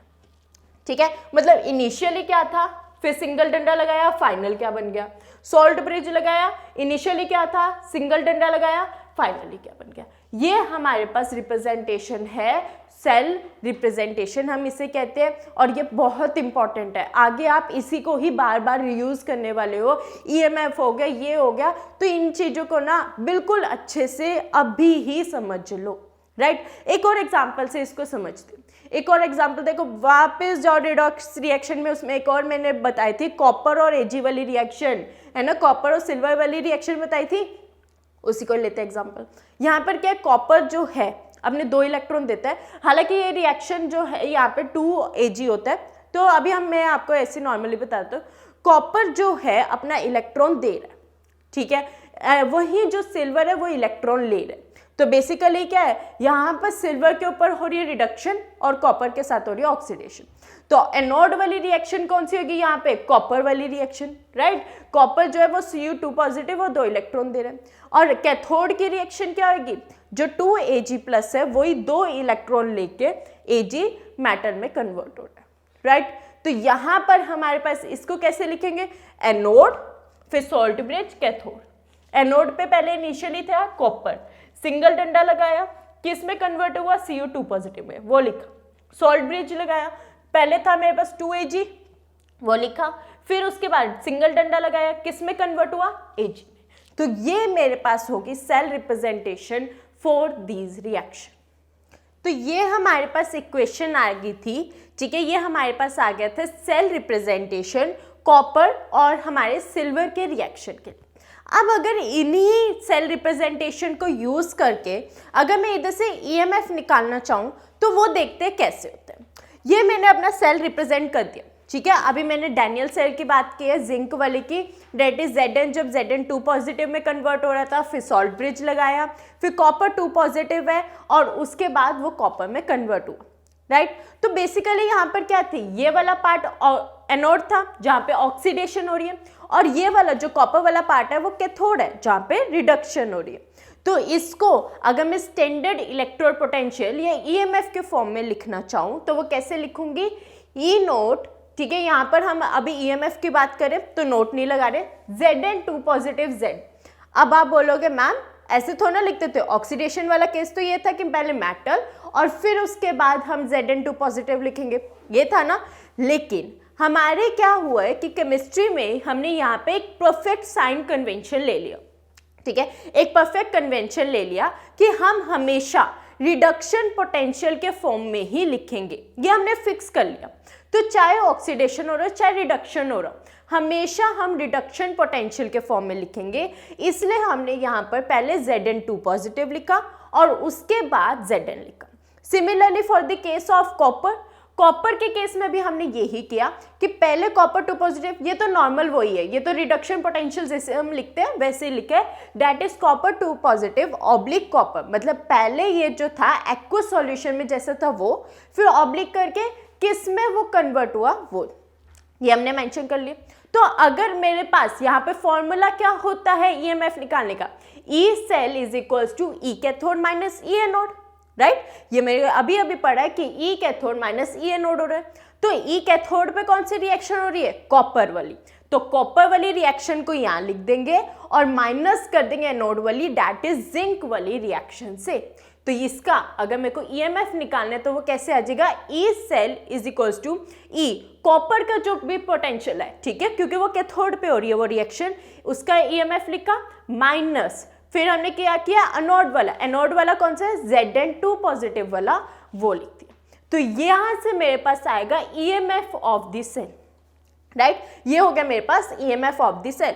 सिमिलरली एक और एग्जांपल लेके चलते हैं। एक और एग्जांपल हम किसका पढ़ रहे थे, कॉपर और सिल्वर का, राइट। तो उसमें क्या हो रहा था, एनोड पे कॉपर से कॉपर 2 पॉजिटिव बन रहा था और कैथोड पे Ag जो था 2 पॉजिटिव, मतलब यहाँ पे जो हमारी बैलेंसिंग इक्वेशन है 2 Ag पॉजिटिव, वो किस में कन्वर्ट होता है, मेटल, डेट इज Ag में, तो ऑब्वियस सी बात है, ये हो गया एनोड, ये पार्ट हो गया कैथोड, एनोड पे हुई ऑक्सीडेशन, कैथोड पे हुई रिडक्शन, राइट। तो इसका ईएमएफ अगर मैं लिखना चाहूं तो कैसे लिखूंगी, EMF Cu2 positive oblique Cu।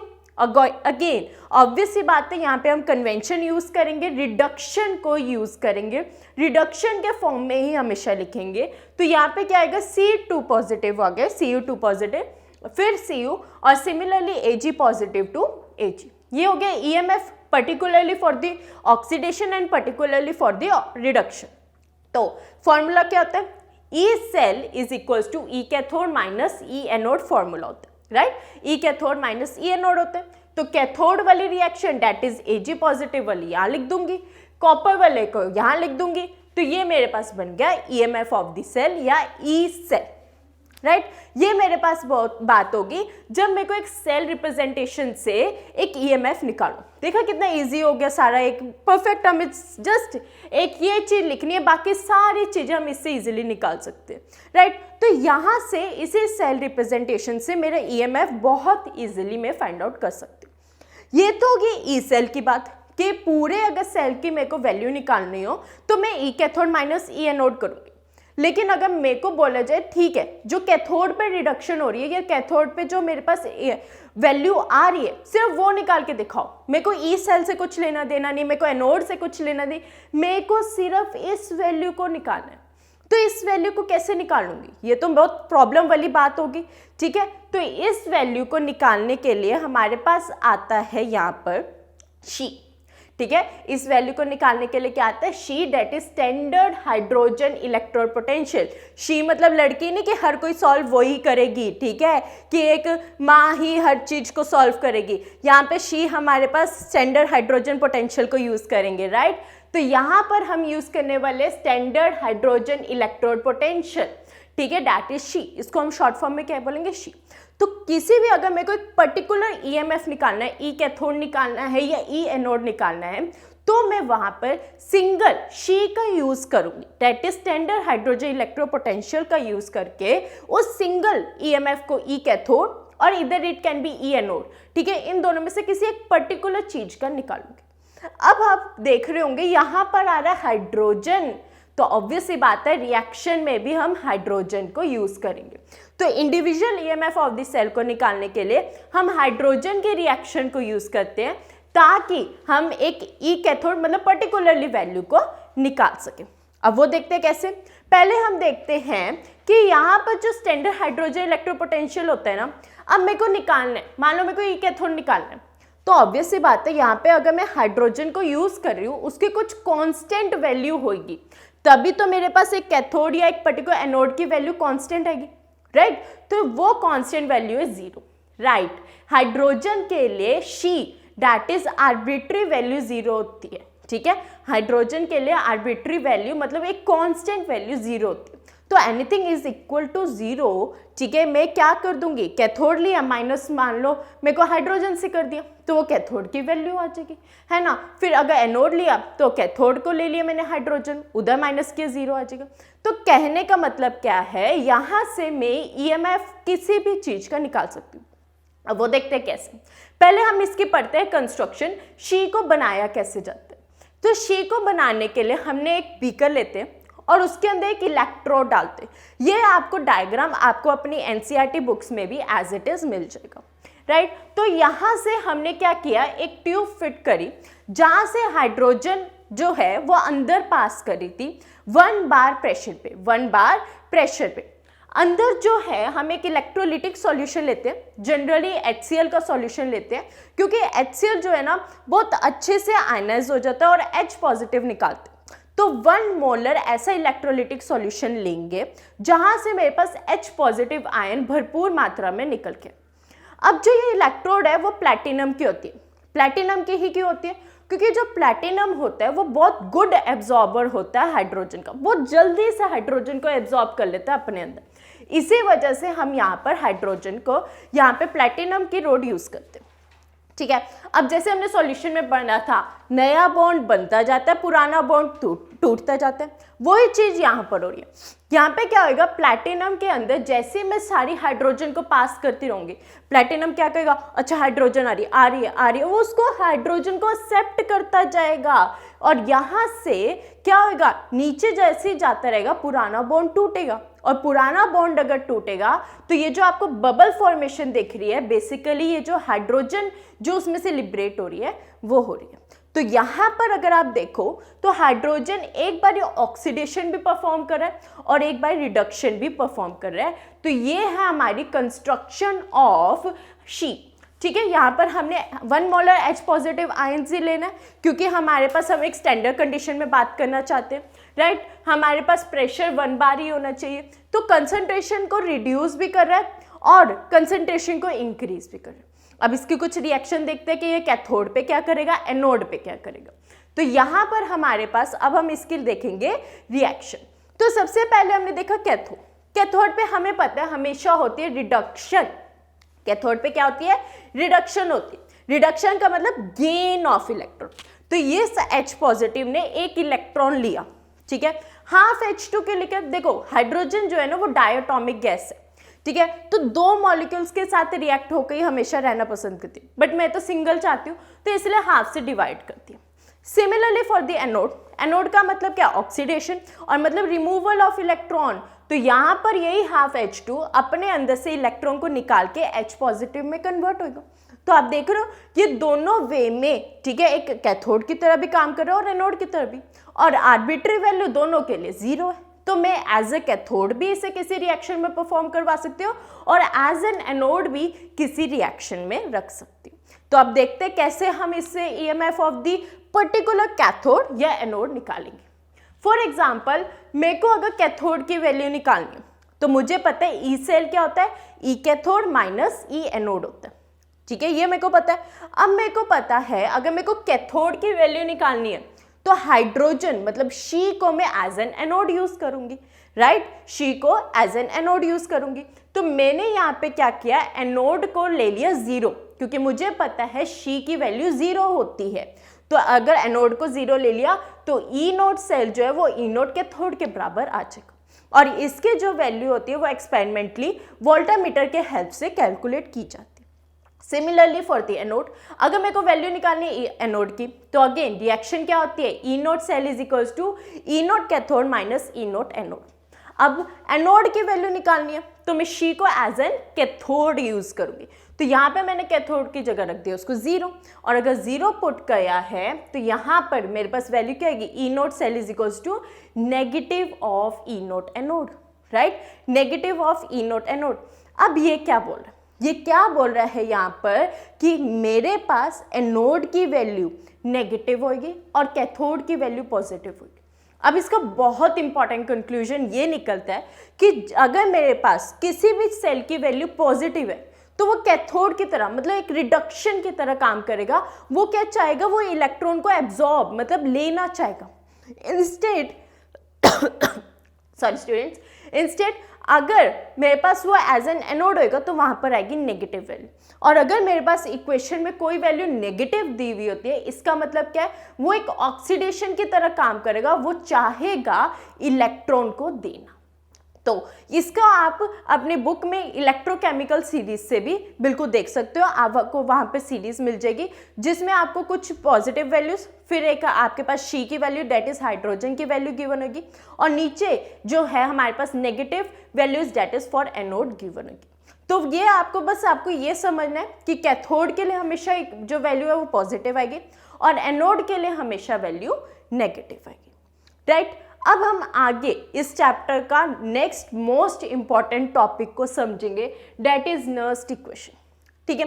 अब जब हमारे साइंटिस्ट आए ना नर्स्ट, उन्होंने क्या कहा, उन्होंने कहा कि भाई हर चीज को ना हम स्टैंडर्डाइज कंडीशंस पे नहीं रख सकते, स्टैंडर्ड वैल्यूज हम हर चीज की नहीं रख सकते।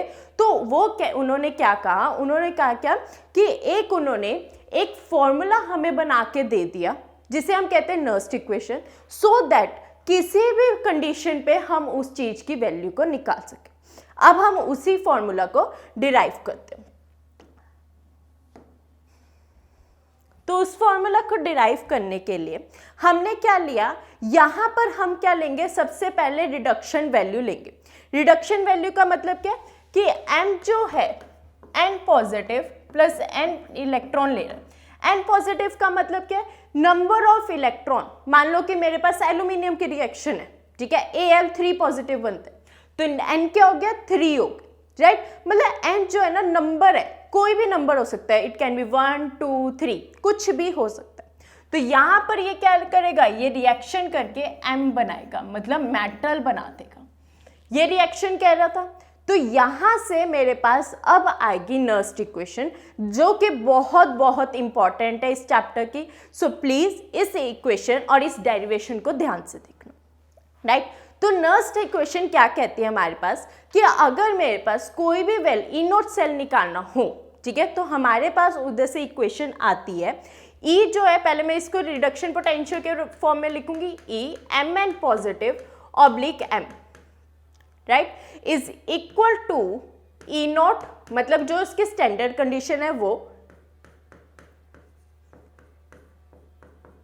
ठीक है, ये minus 2.303 RT divided by NF, n के नंबर ऑफ इलेक्ट्रॉन, जो भी यहाँ पे नंबर्स है ना, ये है लॉग ऑफ जो भी हमारी रिएक्शन हो रही है वो, ठीक है, जो भी हमारी रिएक्शन हो रही है वो। तो हमारे पास log ऑफ m जो मेटल बन रहा है, मतलब प्रोडक्ट, डिवाइड में हम क्या लेंगे, ये वाली वैल्यू जो कि ऑलरेडी रिड्यूस फॉर्म में प्रेजेंट थी, दैट इज mn पॉजिटिव। अब हमने क्या देखा कि अगर मान लो मैंने मोलैरिटी या फिर मैंने अपने नंबर ऑफ जो इक्वेशन है, क्योंकि ऑब्वियस सी बात है जो हम ये ब्रैकेट लगा रहे इसको हम क्या कहते हैं, मोलैरिटी कहते हैं। तो अगर मेरा जो मेटल बन रहा है, जो ये मेरा मेटल बन रहा है, इसे अगर मैं ले लूं 1, तो मेरे पास इक्वेशन आ जाएगी ई mn पॉजिटिव ऑब्लिक m, ठीक है, मतलब कि जो विदाउट स्टैंडर्ड कंडीशंस है वो। फिर जब स्टैंडर्डाइज कंडीशंस आती, ई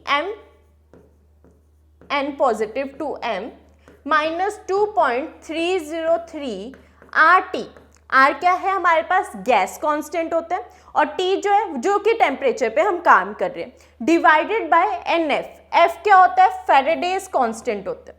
इसको हम क्या ले लेंगे, लॉग ऑफ, ये जो मोलैरिटी अब मैंने ले लिया 1, तो 1 डिवाइडेड बाय, ब्रैकेट में हम लेंगे m, n positive, and this is the molarity of the initial concentration, मतलब जो भी यहाँ पे इनिशियल वैल्यू थी उसकी।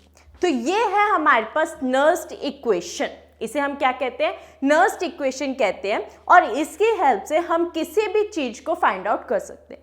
तो अब हम इसको लेते हैं और इससे अब हम निकालेंगे अपनी वैल्यू, ठीक है, इससे अब हम क्या करेंगे, अपनी वैल्यू निकालेंगे। ये हमने निकाल लिया अभी नर्स्ट इक्वेशन। अब हम यहाँ पर नेक्स्ट इक्वेशन देखेंगे, Nernst equation for the EMF of a cell, जो अभी हम डैनियल सेल की बात कर रहे हैं, है ना, गैल्वेनिक सेल की बात कर रहे हैं, उसमें जो ईएमएफ जनरेट हुआ है उसको निकालेंगे नर्स्ट इक्वेशन के हेल्प से। चलो वापस चलते हैं फिर हम। तो वापस अगर हम चलें तो हमारे पास जो डैनियल सेल है, ठीक है, डैनियल सेल है, उसके लिए अब हम ये इक्वेशन को निकाल लेंगे, ठीक है।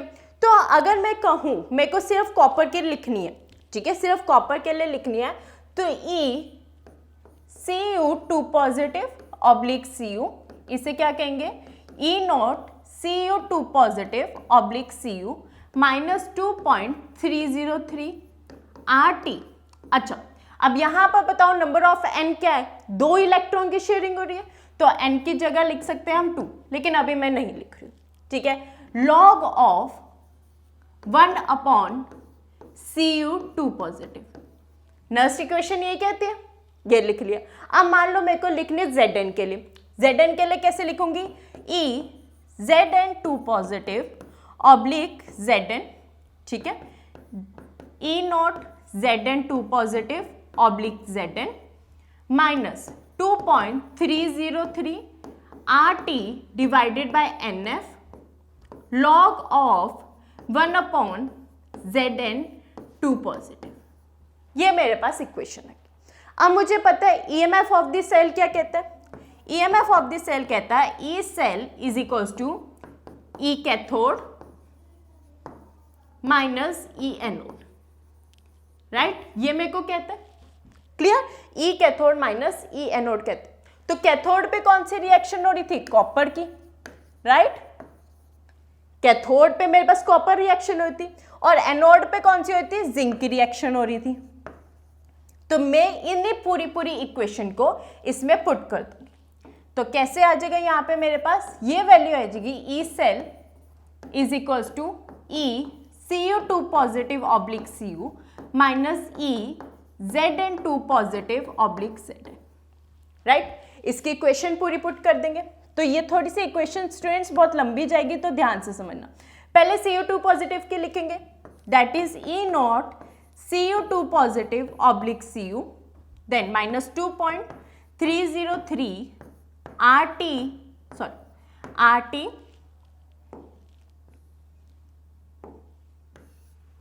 NF log of 1 upon Cu2 positive, then equation क्या है, Zn वाली नेगेटिव में लिखनी है, minus E nought Zn2 positive oblique Zn minus 2.303 RT divided by NF, और इसका जो लॉग है मैं थोड़ा नीचे करके लिख रही हूँ, log of 1 upon Zn2 positive, right. Brackets को ओपन करेंगे अब हम, तो ब्रैकेट को जब हम ओपन करेंगे तो ये इक्वेशन कैसी आ जाएगी, E cell is equals to E nought Cu2 positive oblique Cu minus E nought Zn2 positive upon Zn minus 2.303 RT by NF। अब ब्रैकेट में देखो क्या रह जाएगा, मैंने यहाँ पे माइनस को कॉमन निकाला है, तो यहां पर रह जाएगा 1 अपॉन Cu2 पॉजिटिव, देन यहां पे रहेगा प्लस का 1 अपॉन Zn2 पॉजिटिव। अब मुझे पता है कोई भी इक्वेशन जब माइनस हो रही हो, नेगेटिव हो रही हो, तो मुझे पता है लॉग ऑफ एनीथिंग नेगेटिव क्या हो जाती है, डिवीजन हो जाती है, राइट, डिवीजन हो जाती है। तो इसको मैं कैसे लिख सकती हूँ, यहाँ पे इसी इक्वेशन को मैं ऐसे लिखूंगी, E cell is equals to E nought Cu2 positive oblique Cu minus E nought Zn2 positive oblique Zn minus 2.303 RT by NF। अब इसको कैसे लिख दूंगी, लॉग वाली इक्वेशन को, log of Zn2 positive oblique Cu2 positive.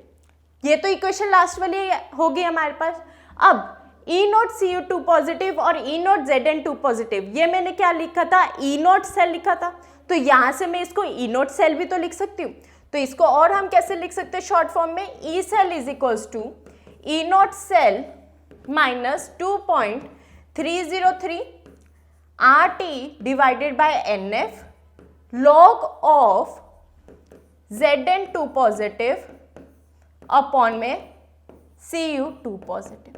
तो ये मेरे पास नर्स्ड इक्वेशन आ गई for the EMF of the cell, that is जो भी मैंने डैनियल सेल लिया था ना, उसके लिए जो नर्स्ड इक्वेशन है वो ये आ गई। अब इधर से हम एक इक्विलिब्रियम कांस्टेंट को भी फाइंड आउट कर सकते हैं, वो भी अभी हम चेक करते हैं। तो ये था हमारे पास नर्स्ड इक्वेशन, ठीक है, जहां से हम ई सेल और ई नॉट सेल के बीच में रिलेशन निकालते हैं। अब हम इसी का ही एक एप्लीकेशन समझेंगे। एक्चुअली ये एप्लीकेशन हम समझ सकते हैं इक्विलिब्रियम से, दैट इज इक्विलिब्रियम कांस्टेंट की वैल्यू हम फाइंड आउट करेंगे with the help of this nursed equation, right students. तो नेक्स्ट हमारे पास जो टॉपिक है, ठीक है, वो है equilibrium constant from nursed equation, ठीक है। तो अब हम इसे देखते हैं ये कैसे फाइंड आउट होएगा। So back to our board,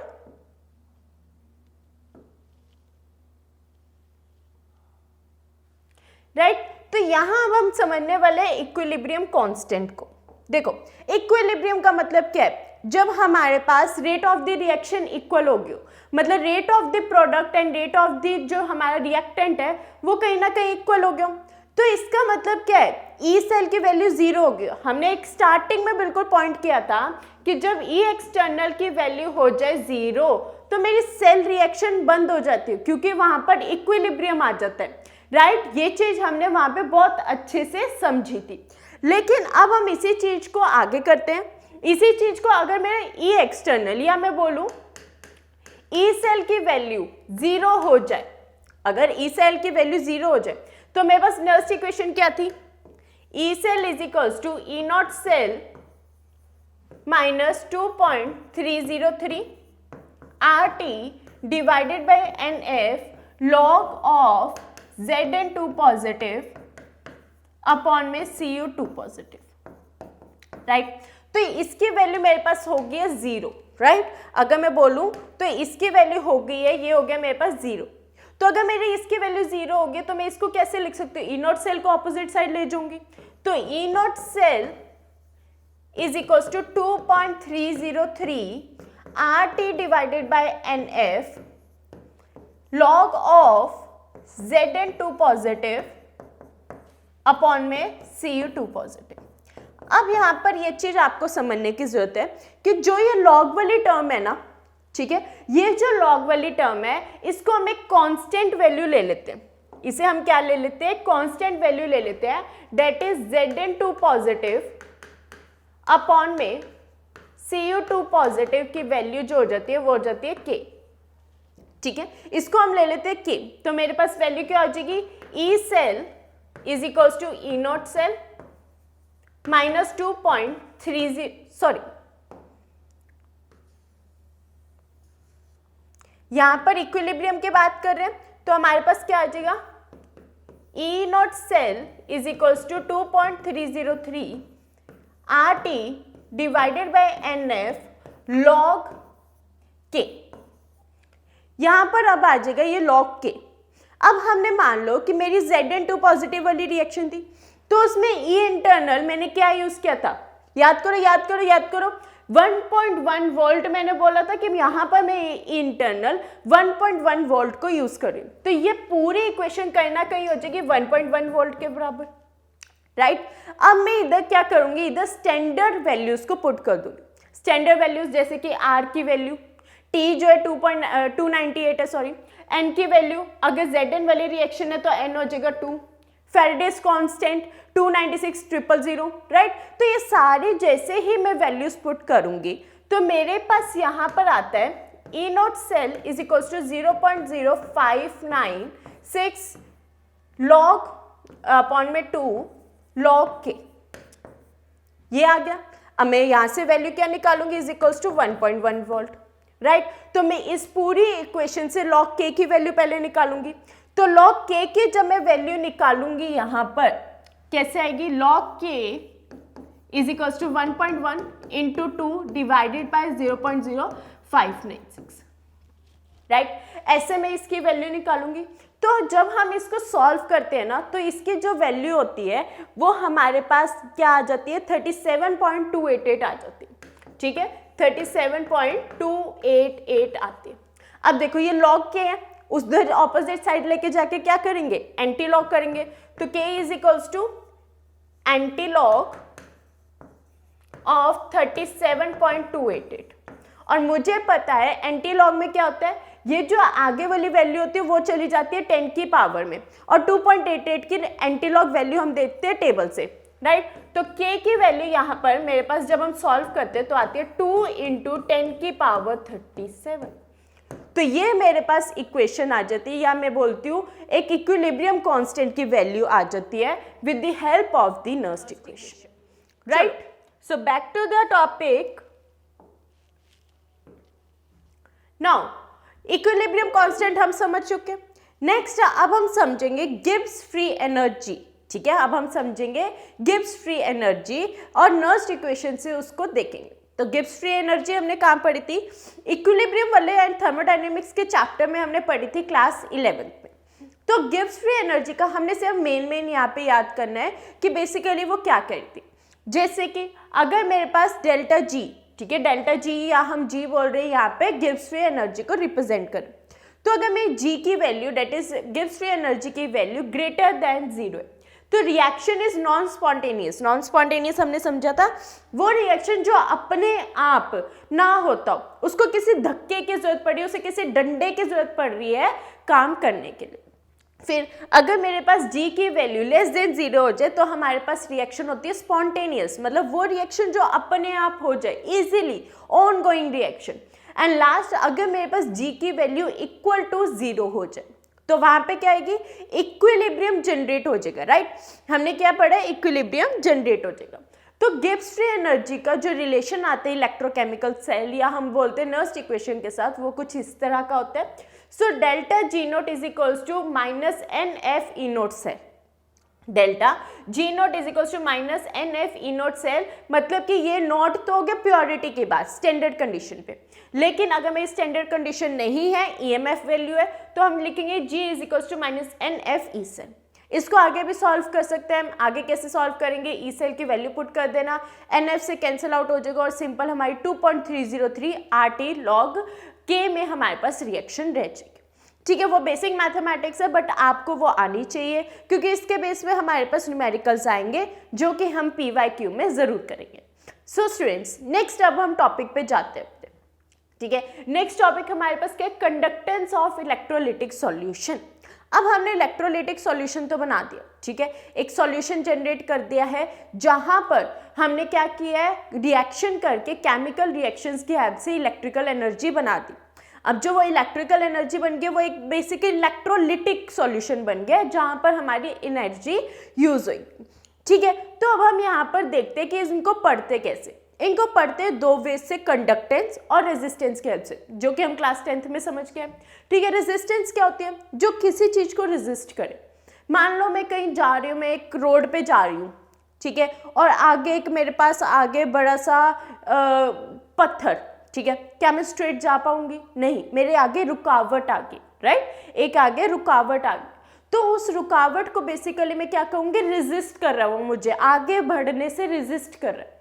तो वही होती है रेजिस्टेंस जो कि इलेक्ट्रॉन के फ्लो को रेजिस्ट करे, मतलब कि फ्लो ऑफ करंट। क्यों, करंट कैसे होता है, फ्लो ऑफ इलेक्ट्रॉन से, मतलब कि इलेक्ट्रॉन्स को आगे ना जाने दे और वहीं पे उसको रोक दे, उसे बोले तू आगे पास नहीं कर सकता, तू करंट नहीं प्रोड्यूस सकता, मतलब तू इलेक्ट्रिसिटी प्रोड्यूस ही नहीं कर सकता। ठीक है, उसे कहते हैं रेजिस्टेंस।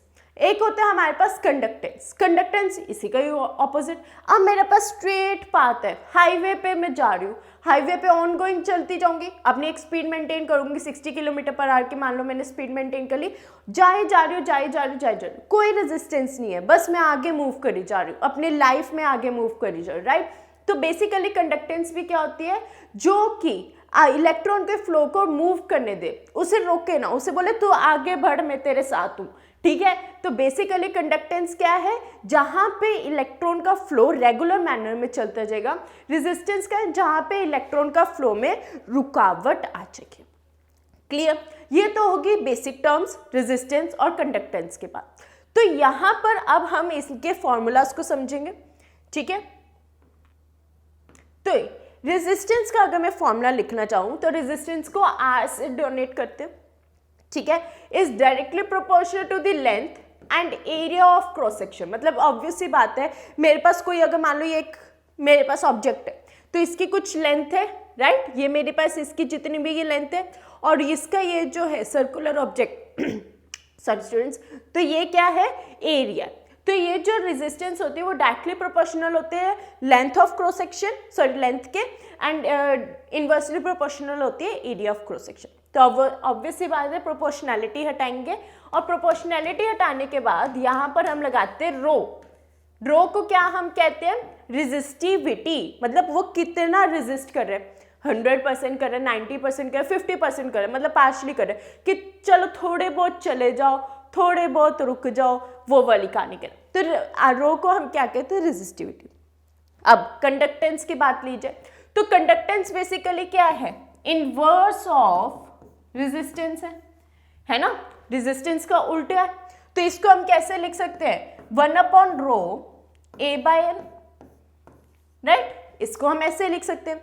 इस 1/ρ को, अब यहां पे बहुत इंपॉर्टेंट चीज आती है, इस 1/ρ को हम क्या कहते हैं, कापा, जिसे हम कहते हैं कंडक्टिविटी। तो 1/ρ is equals to kappa, which is equals to conductivity, right. तो ये हमारे पास फॉर्मूला है for this conductance and resistance. तो ये तो बेसिक था, राइट स्टूडेंट्स। तो अब हम आगे बढ़ते हैं। आगे अब हम देखते हैं कि इसके नेक्स्ट टर्म्स, अब मैंने कंडक्टेंस और रेजिस्टेंस पढ़ी क्यों? कंडक्टेंस और रेजिस्टेंस पढ़ने का मेरा मोटिव था कि मैं आगे कंडक्टेंस के आगे वाले पार्ट्स, मतलब कि जैसे कंडक्टेंस कौन कौन करेगा, एक मेटल में हो सकती है ना, मेटल में कैसे होगी, मेटलिक कंडक्टेंस कहेंगे। मेटल्स क्या है, फॉर एग्जांपल मैंने कॉपर की बात करी, राइट, कॉपर की बात करी। कॉपर हम बोलते हैं good conductor of heat and electricity. क्यों है भाई? अब देखो, कॉपर बीइंग अ मेटल, उसके पास बहुत सारे वैलेंस इलेक्ट्रॉन होते हैं, ठीक है। अब उसके पास वैलेंस इलेक्ट्रॉन, वो क्या करेगा, बहुत इजीली अपना इलेक्ट्रॉन दे देगा, है ना। और ऐसे अपना अगर वो इलेक्ट्रॉन दे ही जा रहा है, रिमूव कर ही जा रहा है, तो इजीली इलेक्ट्रॉन्स का फ्लो रहता रहेगा और कंडक्टिविटी भी होती रहेगी, राइट। तो बेसिकली मेटलिक कंडक्टेंस क्या है, मेटल्स के पास हाई टेंडेंसी होती है वैलेंस इलेक्ट्रॉन्स की, उसके पास बहुत है, क्योंकि एक सेंट्रल में हमारे पास न्यूक्लियस है, बाहर हमारे पास इलेक्ट्रॉन है, जो इलेक्ट्रॉन और न्यूक्लियस के बीच में अट्रैक्शन बहुत वीक होती है, ठीक है। तो ये क्या करते हैं, ये जो इलेक्ट्रॉन है, एक या दो जितने भी होते हैं, वो रिमूव करके एक इनर्ट गैस कॉन्फ़िगरेशन ले लेते हैं, वो हो गया स्टेबल, इलेक्ट्रॉन मूव हो गया, और वो इलेक्ट्रॉन का फ्लो क्या करेगा, कंडक्टिविटी या हम बोलेंगे कंडक्टेंस को प्रोड्यूस करेगा, जिसके वजह से ये जो वैलेंस इलेक्ट्रॉन के वजह से फ्लो हो रहा है, ठीक है, इसको हम क्या कहते हैं, मेटालिक कंडक्टेंस कहते हैं। तो ये कुछ फैक्टर्स पे हमारे पास डिपेंड करते हैं, जैसे कि nature and structure of metal. Metal का स्ट्रक्चर कैसे है, मान लो मैं ऐसे पतला सा मेटल ले लेती हूँ, थोड़ी देर चलेगा, बंद हो जाएगा। मान लो अगर मैं अच्छा लेती हूँ, बड़ा सा कुछ मेटल लेती हूँ, काफ़ी सारे उसके अंदर एटम्स अटेन है, तो काफ़ी देर तक भी चलेगा। फिर आ गया नेचर कैसा है उसका, ठीक है, कि किस तरह का हम मेटल यूज़ कर रहे हैं, इजीली कंडक्टेंस प्रोड्यूस वाला मेटल यूज़ कर रहे हैं, या थोड़ा सा ऐसा मेटल है जो थोड़ा रेजिस्ट भी कर रहा है, ठीक है, तो वह उस पर डिपेंड करेगा। नेक्स्ट है नंबर ऑफ वैलेंस इलेक्ट्रॉन पर एटम। ऑब्वियस सी बात है, कितने उसके पास, अगर एक एटम के पास मान लो एक इलेक्ट्रॉन है, तो वो जल्दी खत्म हो सकता है, राइट, एक इलेक्ट्रॉन निकाला, जल्दी खत्म हो गया। मान लो 3-4 हमारे पास वैलेंस इलेक्ट्रॉन है, तो वो देते जाएगा, थोड़ी टाइम देर तक कंडक्टिविटी शो करेगा, क्योंकि वो एक ही एटम 3 या 4 हमारे पास इलेक्ट्रॉन दे। बात यह है कि मिलियंस ऑफ इलेक्ट्रॉन चाहिए कंडक्टेंस के लिए, बट स्टिल, राइट, जैसे यहाँ पे भी आप देख सकते हैं इलेक्ट्रॉन का फ्लो हो ही जा रहा, राइट। फिर आता है टेम्परेचर, है ना, टेम्परेचर तो हर जगह ही इंपॉर्टेंट होता है, कि अगर मैंने टेम्परेचर बढ़ाया तो वैलेंस इलेक्ट्रॉन भी निकल सकते हैं, राइट। टेम्परेचर डिक्रीज किया तो वैलेंस इलेक्ट्रॉन रेजिस्ट भी कर सकते हैं। तो यही टेम्परेचर के हिसाब से हम एक चीज को यहाँ पे समझेंगे, ठीक है। वो क्या कहता है हमारे पास यहाँ पे, मान लो मेरे पास एक नॉर्मल टेम्परेचर की बात करी, राइट, नॉर्मल टेम्परेचर की बात करी, ये मेरे पास जितने भी रेड डॉट्स है ना, ये मेरे पास है एटम, और जितने भी ब्लू डॉट्स है, ये है मेरे इलेक्ट्रॉन। तो अगर मेरे पास नॉर्मल कंडक्टेंस हो रही है, तो वहां पर क्या होएगा, ये जो एटम्स है ये अपने प्लेस पे रहेंगे, और इलेक्ट्रॉन्स जो है वो मूव करते रहेंगे, राइट, इलेक्ट्रॉन्स जो है वो मूव करते हैं। लेकिन अगर मैं मान लो इनका टेम्परेचर को कर दूं इंक्रीज, तो क्या होएगा, काइनेटिक एनर्जी जनरेट होने की वजह से ये एटम भी मूव करने लगेंगे। तो अब क्या होगा, एक अंदर ही अंदर ना होच पोच हो जाएगी, जैसे लोकल ट्रेन होते हैं ना, उसमें धक्का मुक्की चल रही होती है, वैसे कुछ इसमें हो जाएगा। वह यहाँ से एटम भी धक्का मारेगा, यहाँ से इलेक्ट्रॉन भी, तो वो खुद को ही अपने आप को इलेक्ट्रॉन ही नहीं ढंग से फ्लो कर पा रही है, जैसे यहाँ पे कर रहा है, और यहाँ पे क्या होगा, अंदर ही अंदर बहुत ज़्यादा होच पोच हो जाएगी, जिसके वजह से क्या होगा, कंडक्टेंस हो जाएगी कम। तो मेरा अगर कहने का मतलब है, अगर टेम्परेचर मेरा नॉर्मल है, तो यहाँ पर क्या होएगा, आराम से इलेक्ट्रॉन का फ्लो होएगा। लेकिन अगर मैंने टेम्परेचर को कर दिया इंक्रीज, तो कुछ ऐसा मेरे को जिगजैग मोशन देखने को मिलेगा, और इलेक्ट्रॉन अंदर ही फंसा रह जाएगा। तो ये हमारे पास होता है टेम्परेचर डिपेंडेंस। नेक्स्ट अब हम जाएंगे आयनिक की तरफ, आयनिक या इलेक्ट्रोलिटिक कंडक्टेंस।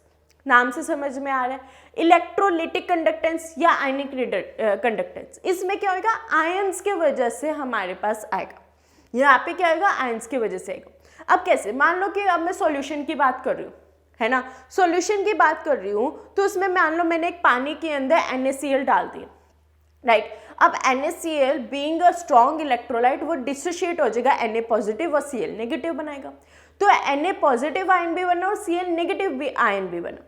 अब यहाँ से क्या है, वो आयंस जो हैं हमारे पास उनके मूव के वजह से हमारे पास इलेक्ट्रिसिटी प्रोड्यूस होती है, जिसे अब हम क्या कहेंगे, इलेक्ट्रोलिटिक कंडक्टेंस कहेंगे।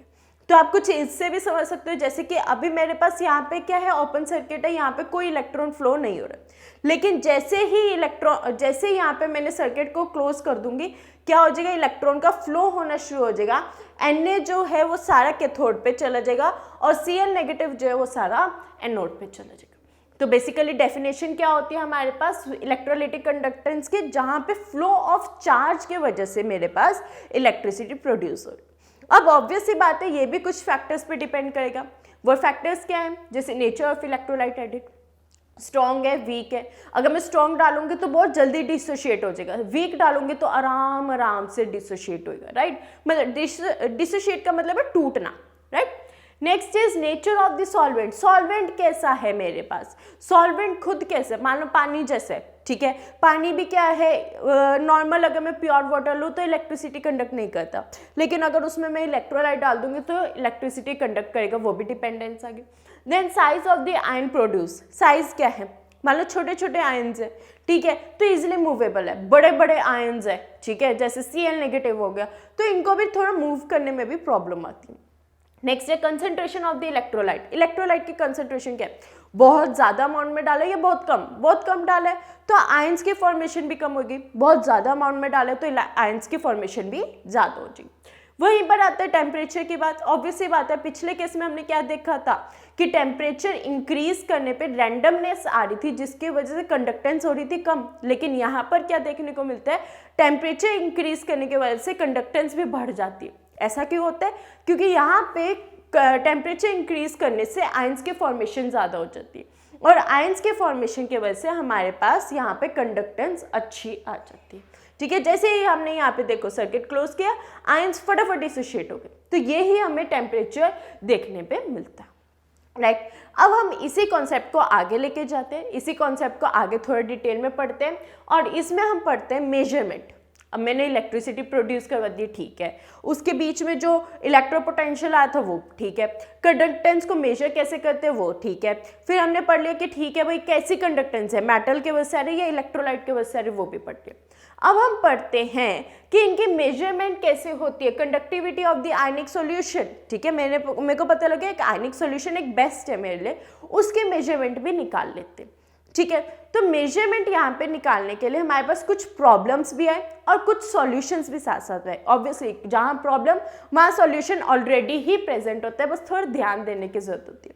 तो लेट्स स्टडी अबाउट दिस।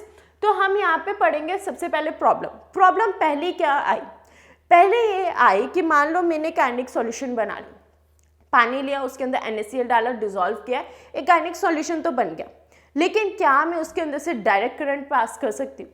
लेकिन अगर मैंने DC voltage that is direct current अगर उसके अंदर पास किया ना, तो क्या दिक्कत होगी, उसके अंदर की जो कंसंट्रेशन है उसमें चेंज आ जाएगा। चलो इसका तो मेरे पास सॉल्यूशन है कि मैंने क्या यूज किया, ऑल्टरनेटिंग करंट को यूज कर लिया, राइट। फिर उसके बाद नेक्स्ट डिफिकल्टी क्या है कि ठीक है भाई सॉल्यूशन है, ठीक है, सर्किट हम किसका बनाते हैं, जनरली सर्किट में रेजिस्टर पुट करते हैं, कैपेसिटर, ठीक है, ये सब कुछ पुट करके हम एक प्रॉपर सर्किट बनाते हैं, राइट। लेकिन अब इसमें तो सॉल्यूशन के साथ डील करें, सॉल्यूशन को कैसे सेट करें, तो ये भी प्रॉब्लम आई। तो सॉल्यूशन के साथ डील करने के लिए यहाँ पर भी एक हमने न्यू सर्किट को बनाया जिसे हम कहते हैं कंडक्टिविटी सेल। तो आओ देखते हैं क्या होती है कंडक्टिविटी सेल, ठीक है। तो कंडक्टिविटी सेल यहाँ पर हम देखेंगे कि कैसे हमें देखने को मिलती है, राइट। तो ये होती है हमारे पास कंडक्टिविटी सेल। कंडक्टिविटी सेल कैसे होती है, एक हमने लेना है लॉन्ग ट्यूब लाइक स्ट्रक्चर, उधर दोनों तरफ मैंने प्लैटिनम की रोड्स लगानी है और प्लैटिनम की रोड्स के साथ उसको कनेक्ट कर देना है एक वायर से, ठीक है। ये तो हो गया कंडक्टिविटी सेल और इस कंटेनर के अंदर मैंने अपना सारा सॉल्यूशन को डाल देना, ठीक है। ये हो गया कंडक्टिविटी सेल। अब इस कंडक्टिविटी सेल को मैं कैसे अटैच करूंगी, यहाँ पे मैं अटैच कर दूंगी इसे व्हीटस्टोन ब्रिज की हेल्प से। ये हमने अपने फिजिक्स में बिल्कुल अच्छे से पढ़ लिया, that is R1 divided by R2 is equal to R3 divided by R4, right. तो अब यहाँ पे बेसिकली हमने क्या किया है कि हमने व्हीटस्टोन ब्रिज का हेल्प ली है, जिसके हेल्प से हम इसकी मेजरमेंट निकाल सकते हैं। तो व्हीटस्टोन ब्रिज क्या कहते हैं, हम उसको एक काइट के फॉर्म में रख देते हैं, जिधर से हमने यहाँ पर अपना ये जो सॉल्यूशन है ना, इसको तार के साथ से अटैच कर देते हैं। तो क्या होगी, जो प्लेटिनम की यहाँ पे रोड्स है ना, उसके साथ ये हमारे पास वायर्स कनेक्ट हो जाती है, जो हमें बताता है measurement of this conductivity cell. तो ये हम मेंटेन करके रखते हैं, राइट। नेक्स्ट अब हम चलते हैं, नेक्स्ट अब हम क्या देखेंगे, मोलर कंडक्टिविटी। ठीक है, ये तो हमने नॉर्मल कंडक्टिविटी की बात करी। अब मोलर कंडक्टिविटी नाम से समझो, मोलर आ रहा है मतलब मोलैरिटी। ठीक है, कंडीशंस देखो कंडक्टेंस वाली सारी ही रहेंगी यहाँ पर, जैसे जो हमारा टेम्परेचर है, लेंथ है, एरिया ऑफ क्रॉस सेक्शन है, वो सब कुछ तो रहेगा। बट यहाँ पर हम क्या लेंगे, एरिया ऑफ क्रॉस सेक्शन को इतना लंबा लेंगे कि उसमें मेरा 1 मोलर सॉल्यूशन आ जाए। तो उसे मैं क्या कहूँगी, मोलर कंडक्टिविटी कहूँगी। उसे मैं क्या कहूँगी, मोलर कंडक्टिविटी कहूँगी कि मैंने अपना सॉल्यूशन इतना लिया, या अपना एरिया जो है उसका अपरेटस का इतना लिया कि उसमें 1 मोलर सॉल्यूशन आ गया। तो वैसे जब हमारे पास ये स्टैंडर्डाइज कंडीशन की बात आ जाती है, 1 मोलैरिटी की बात आ जाती है, उसे हम कहते हैं मोलर कंडक्टिविटी, राइट। तो अब इसकी भी मेजरमेंट देख लेते हैं, इसके अब हम डेरिवेशन देखते हैं। ठीक है, तो क्या कहता है हमारे पास डेरिवेशन, हमारे पास क्या कहती है, पहले हमें पता है रेजिस्टेंस होता है rho L by A, right. Resistance क्या होता है, rho L by A, that is resistivity multiply by length divided by area, ये होती है रेजिस्टेंस। अब मैं इसको अगर मान लो कंडक्टेंस के फॉर्म में लिखना चाहूँ तो कैसे लिखूंगी, इसको लिख दूंगी, रो को डिवाइड में ले जाऊंगी या फिर लिख दूंगी कापा। ठीक है, तो कैसे लिखेंगे, अब हम इसको देखते हैं रेजिस्टेंस को। तो रेजिस्टेंस को कैसे लिख सकते हैं, एल के बाय ए। ठीक है, एल के बाय ए, क्योंकि कापा किसके बराबर होता है, 1 बाय रो के। ठीक है, तो रो भी 1 बाय कापा के बराबर हो जाएगा, तो मैंने रो की जगह लिख दिया 1 बाय कापा, राइट। अब हम देखते हैं इसको आगे हम कैसे लिख सकते हैं, इससे कंडक्टिविटी कैसे निकालेंगे, क्योंकि कापा क्या रिप्रेजेंट करते हैं, कंडक्टिविटी रिप्रेजेंट करते हैं। So kappa is equal to L R, तो मेरे को कंडक्टिविटी निकालनी है, तो के को यहाँ ले लूंगी, आर को नीचे ले आऊंगी, तो क्या हो जाएगा, लेंथ अपॉन में resistance into area of cross section. तो यहाँ से मेरे पास आती है कंडक्टिविटी। तो बेसिकली क्या फॉर्मूला आ जाता है हमारे पास कंडक्टिविटी का, कि लैम्डा एम, मोलर कंडक्टिविटी को हम किससे रिप्रेजेंट करते हैं, लैम्डा एम से रिप्रेजेंट करते हैं, which is equals to kappa by C. यहाँ पे सी क्या है, मोलैरिटी। सी क्या है, मोलैरिटी ऑफ द सॉल्यूशन। तो ऑब्वियस सी बात है, अगर मेरे को सी को रिमूव करना हो तो मैं क्या करूँगी, मल्टीप्लाई बाय 1000 करती हूँ। अब इधर हमारे पास एक टर्म आ रहा था एल बाय ए, उस एल बाय ए को हम कहते हैं सेल कॉन्स्टेंट। उस एल बाय ए को हम क्या कहते हैं, सेल कॉन्स्टेंट कहते हैं। और लैम्डा एम को अगर मैं सी को मोलैरिटी के फॉर्म में लिखना चाहूँ तो सिंपल बस 1000 से मल्टीप्लाई करती हूँ। तो ये मेरे पास फॉर्मूला है फॉर द मोलर कंडक्टिविटी। ये किस चीज़ का फॉर्मूला है, मोलर कंडक्टिविटी का फॉर्मूला है, जिधर मोलर कंडक्टिविटी को हम लैम्डा एम से डिनोट करते हैं। K is the kappa, M is the molarity, और मोलैरिटी को यहाँ पर हमने प्रॉपर एक सॉल्यूशन के फॉर्म में लिया है, इसलिए हमने मल्टीप्लाई बाय 1000 कर दिया। क्लियर। अब हम आगे चलते हैं, इसी कॉन्सेप्ट को आगे लेके जाएंगे और यहाँ पर समझेंगे। अब हमने एक चीज समझी कंडक्टिविटी, एक हमने समझी मोलर कंडक्टिविटी। इन दोनों के बीच में क्या वेरिएशन आता है, ठीक है, इन दोनों के साथ साथ क्या वेरिएशन आता है जब हम ग्राफ प्लॉट करते हैं, वो चीज समझते हैं। तो सबसे पहले अब हम समझेंगे variation in the molar conductivity and variation in the of the conductivity, right. इन दोनों चीज को अच्छे से समझते हैं। तो पहले हम लेके चलेंगे वेरिएशन ऑफ कंडक्टिविटी। हम क्या लेके चलेंगे, वेरिएशन ऑफ कंडक्टिविटी। तो कंडक्टिविटी बेसिकली थी हमारे पास कापा, ठीक है। तो यहाँ पे वेरिएशन हमें नॉर्मल वेरिएशन को देखने को मिलती है कि अगर मैं टेम्परेचर इंक्रीज कर रही हूँ या मैं सॉल्यूशन की बात करूँ तो वॉल्यूम को लूँगी, ठीक है। तो वॉल्यूम अगर मैं इंक्रीज करूँगी तो मेरी कंडक्टिविटी भी बढ़ जाएगी। अगर कंडक्टिविटी डिक्रीज कर रही है तो मतलब वॉल्यूम भी मेरा कहीं ना कहीं डिक्रीज कर रहा होगा for both weak and strong electrolyte. मतलब कि कंसंट्रेशन के साथ अगर मैं यहाँ पर देखूंगी तो अगर कंडक्टिविटी कम हो रही है या मैं बोलूँ कंसंट्रेशन कम हो रही है तो कंडक्टिविटी भी कम होगी। बात लॉजिकल भी है, ठीक है। अगर मेरे पास कंसंट्रेशन में बोलूँ कि वीक या स्ट्रॉन्ग इलेक्ट्रोलाइट, अभी मेरे को फर्क नहीं पड़ रहा। बेसिक बात क्या है, इलेक्ट्रोलाइट लिया, ठीक है, उसके डिसोसिएशन पे डिपेंड करेगा। अगर उसकी डिसोसिएशन की वजह से मेरी कंडक्टिविटी कम हो रही है, मतलब कि कंसंट्रेशन कहीं ना कहीं कम हो रही होगी, इसी वजह से आ रहा है। तो ये तो बेसिक था, ठीक है। लेकिन हमें यहाँ पे क्या देखने को बोला, मोलर कंडक्टिविटी के केस में कुछ और चीज देखने को मिली, ठीक है। तो इसका पहले ग्राफ समझ लेते हैं। तो यहाँ पर हम क्या समझेंगे, ठीक है, मोलर कंडक्टिविटी को। सबसे पहले तो मोलर कंडक्टिविटी क्या होती है, मोलर कंडक्टिविटी के साथ हमें क्या देखने को मिलता है कि मोलर कंडक्टिविटी अगर मेरी चेंज होती है, इसका मतलब कि कंसंट्रेशन इंक्रीज करिए। यहाँ पे मेरे को इंक्रीज और डिक्रीज मतलब कि इन्वर्सली प्रोपोर्शनैलिटी देखने को मिलती है। तो क्या देखने को मिलता है, मोलर कंडक्टिविटी इंक्रीज करती है अगर मेरी कंडक्टिविटी ऑफ द सॉल्यूशन जो है या कंसंट्रेशन ऑफ द सॉल्यूशन जो है वो डिक्रीज कर जाती है। तो यहाँ पे इन्वर्स चीज जो होती है वो डिफरेंट आती है फॉर द स्ट्रॉन्ग और वीक इलेक्ट्रोलाइट के केस में। तो आगे अब हम समझते हैं स्ट्रॉन्ग इलेक्ट्रोलाइट का केस। तो अब हम समझेंगे फॉर द स्ट्रॉन्ग इलेक्ट्रोलाइट, ठीक है। तो स्ट्रॉन्ग इलेक्ट्रोलाइट के लिए molar conductivity increases slowly with dilution. Dilution का मतलब क्या होता है, जब एक मान लो मेरे पास कंसंट्रेशन है जहाँ पे 90% सॉल्यूट और 10% सॉल्वेंट एडेड है।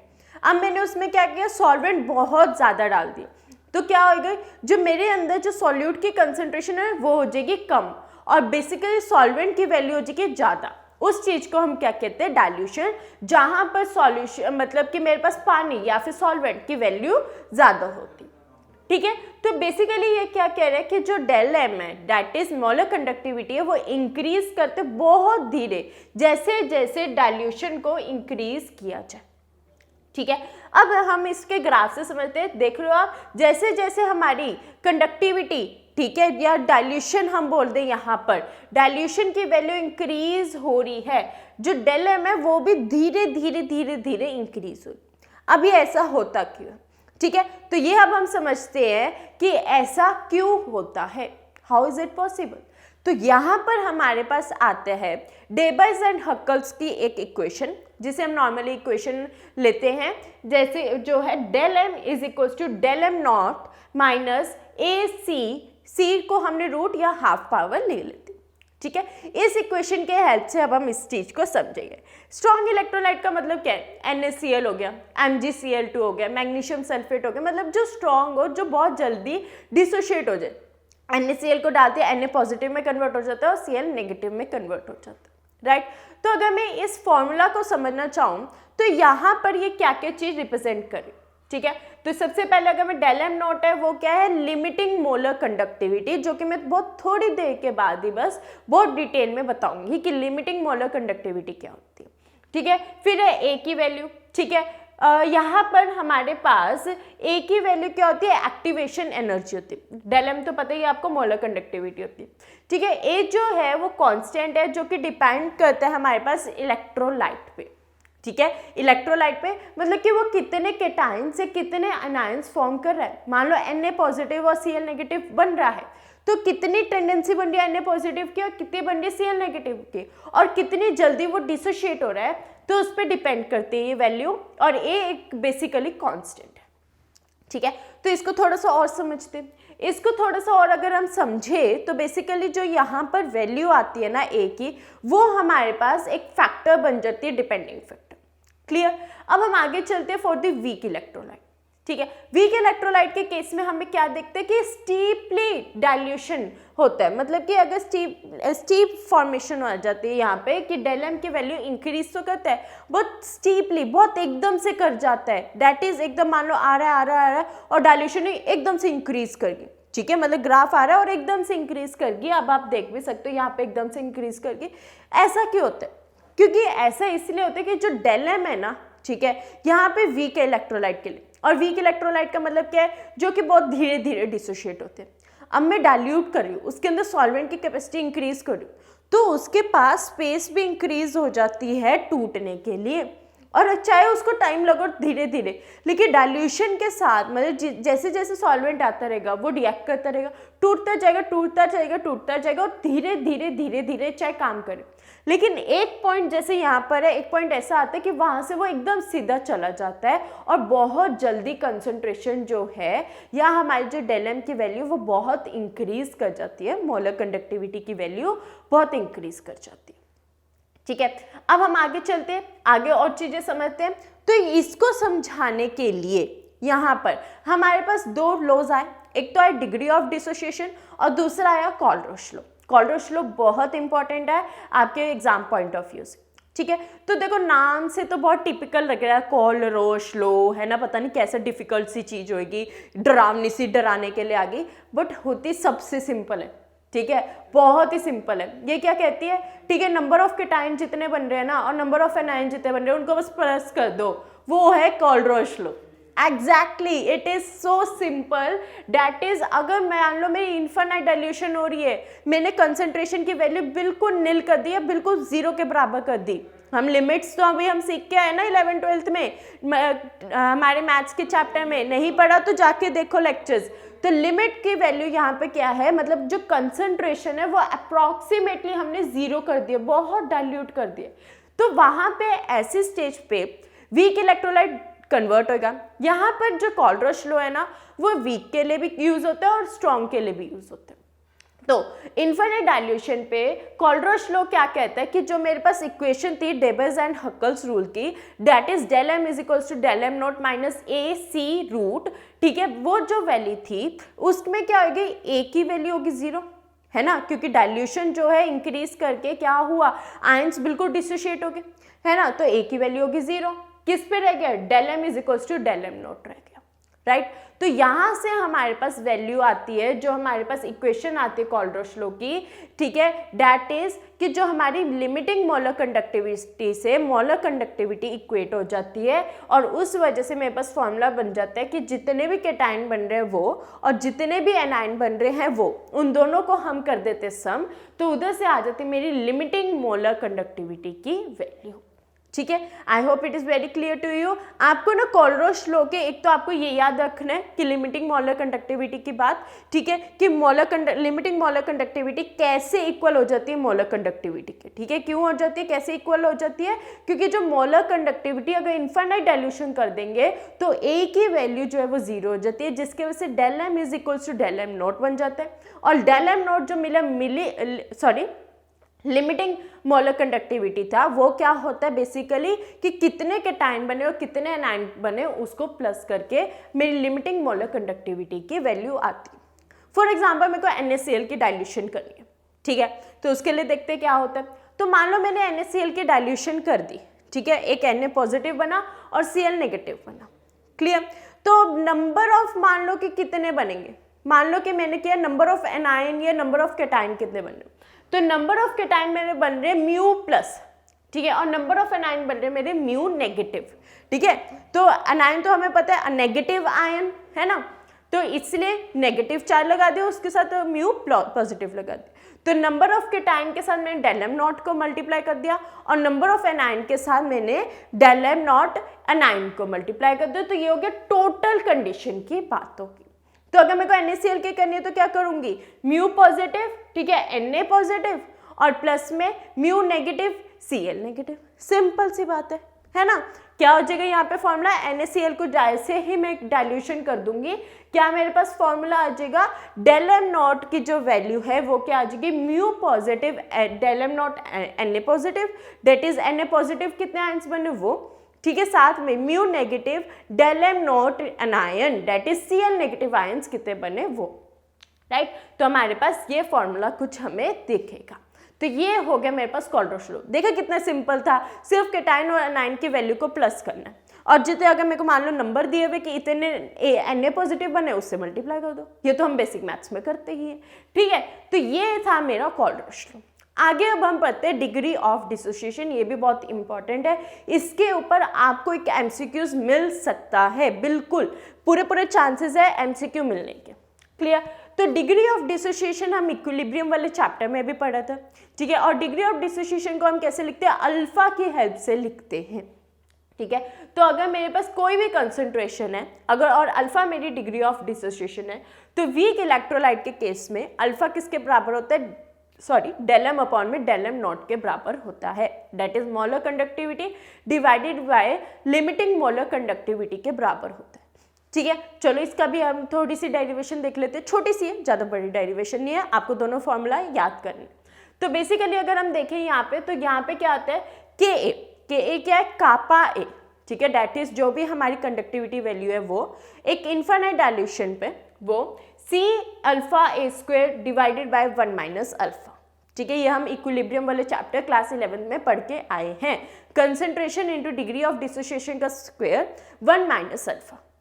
आगे चलते अब अल्फा की वैल्यू पुट कर देंगे, अभी हमने निकाली है, तो अल्फा की वैल्यू पुट करके क्या आ जाएगा, डेल एम स्क्वायर, यहाँ पर भी पुट कर देंगे 1 minus del M divided by del M nought, right. तो इसको बेसिक कैलकुलेशन करने के बाद जस्ट डिवीजन, वही जो बेसिक डिवीजन करते हैं 6-7 के क्लास में पढ़ के आते हैं कि इसको रेसिप्रोकल करके ऊपर नीचे ले जाओ, उसको नीचे ले आओ, इसको बेसिक मैथमेटिक्स लगा के हमारे पास फॉर्मूला आता है kappa is equals to C lambda M square lambda M nought minus lambda M. तो ये मेरे पास बेसिक फॉर्मूला आता है for the degree of dissociation. आपको ये वाला फॉर्मूला और अल्फा वाला फॉर्मूला बिल्कुल याद करके रखना है, उसके बेस पे आपको एक एमसीक्यू मिल सकता है अपने बोर्ड एग्जाम में, क्लियर। तो ये था मेरे पास डिग्री ऑफ डिसोसिएशन और यहाँ पे मेरे पास इलेक्ट्रोकेमिकल सेल खत्म होता है। अब जैसे मैंने आपको बताया था कि इलेक्ट्रोलिटिक सेल वाला जो पार्ट है वो डिलीट हो गया सिलेबस से, बट आपको मैं एक बेसिक डेफिनेशन दे देती हूँ। इलेक्ट्रोलिटिक सेल क्या होता है, जहाँ पर इलेक्ट्रिक एनर्जी से केमिकल एनर्जी बन रही हो, जहाँ से इलेक्ट्रिकल एनर्जी को यूज़ करके हम केमिकल एनर्जी बनाए, वो इलेक्ट्रोलिटिक सेल होते हैं। इसका बहुत बेसिक्स है, ठीक है। और ये वाला जो पार्ट है फ्यूल वाला पार्ट और जो इलेक्ट्रोलिटिक सेल वाला पार्ट है ना, ये हो गया हमारा डिलीट। तो बेसिकली आपके पास आ रहा है मेन इलेक्ट्रोकेमिकल सेल, जिसमें आपके पास डिग्री ऑफ डिसोसिएशन बहुत इंपॉर्टेंट है, ठीक है। मोलर कंडक्टिविटी वाला पार्ट बहुत इंपॉर्टेंट है। इधर से हमें एक न्यूमेरिकल छोटा सा देखने को मिल जाता है कई बारी, ठीक है। तो आप इस चैप्टर को अच्छे से पढ़ेंगे, PYQ के साथ हम आपको कल ज़रूर मिलेंगे, राइट। तो ये हमारे पास जो है ये आपको पता ही है, ये हमारा टाइम टेबल है जो आप लोगों के पास डे 1 से प्रेजेंट है, ठीक है। और आप इसको रेगुलरली अच्छे से फॉलो कर रहे होंगे, मेरे को बिल्कुल आपसे यही उम्मीद है, राइट। ये हमारे पास बिल्कुल सीक्वेंस के साथ हम यहाँ पे पढ़ते जाएंगे, अच्छे से क्लियर करते जाएंगे सारा कॉन्सेप्ट, और बहुत जल्द ही हम हर सब्जेक्ट में बहुत अच्छे नंबर से पास होंगे। So students, will meet you in the next lecture. I hope आपको आज का लेक्चर बहुत अच्छा लगा होगा। अच्छा लगे तो ज़रूर लाइक, कमेंट और शेयर करें, हमें भी बताएं कि आपको आज का लेक्चर कैसा लगा। So will meet you in the next lecture with the new chapter. Take care, bye bye.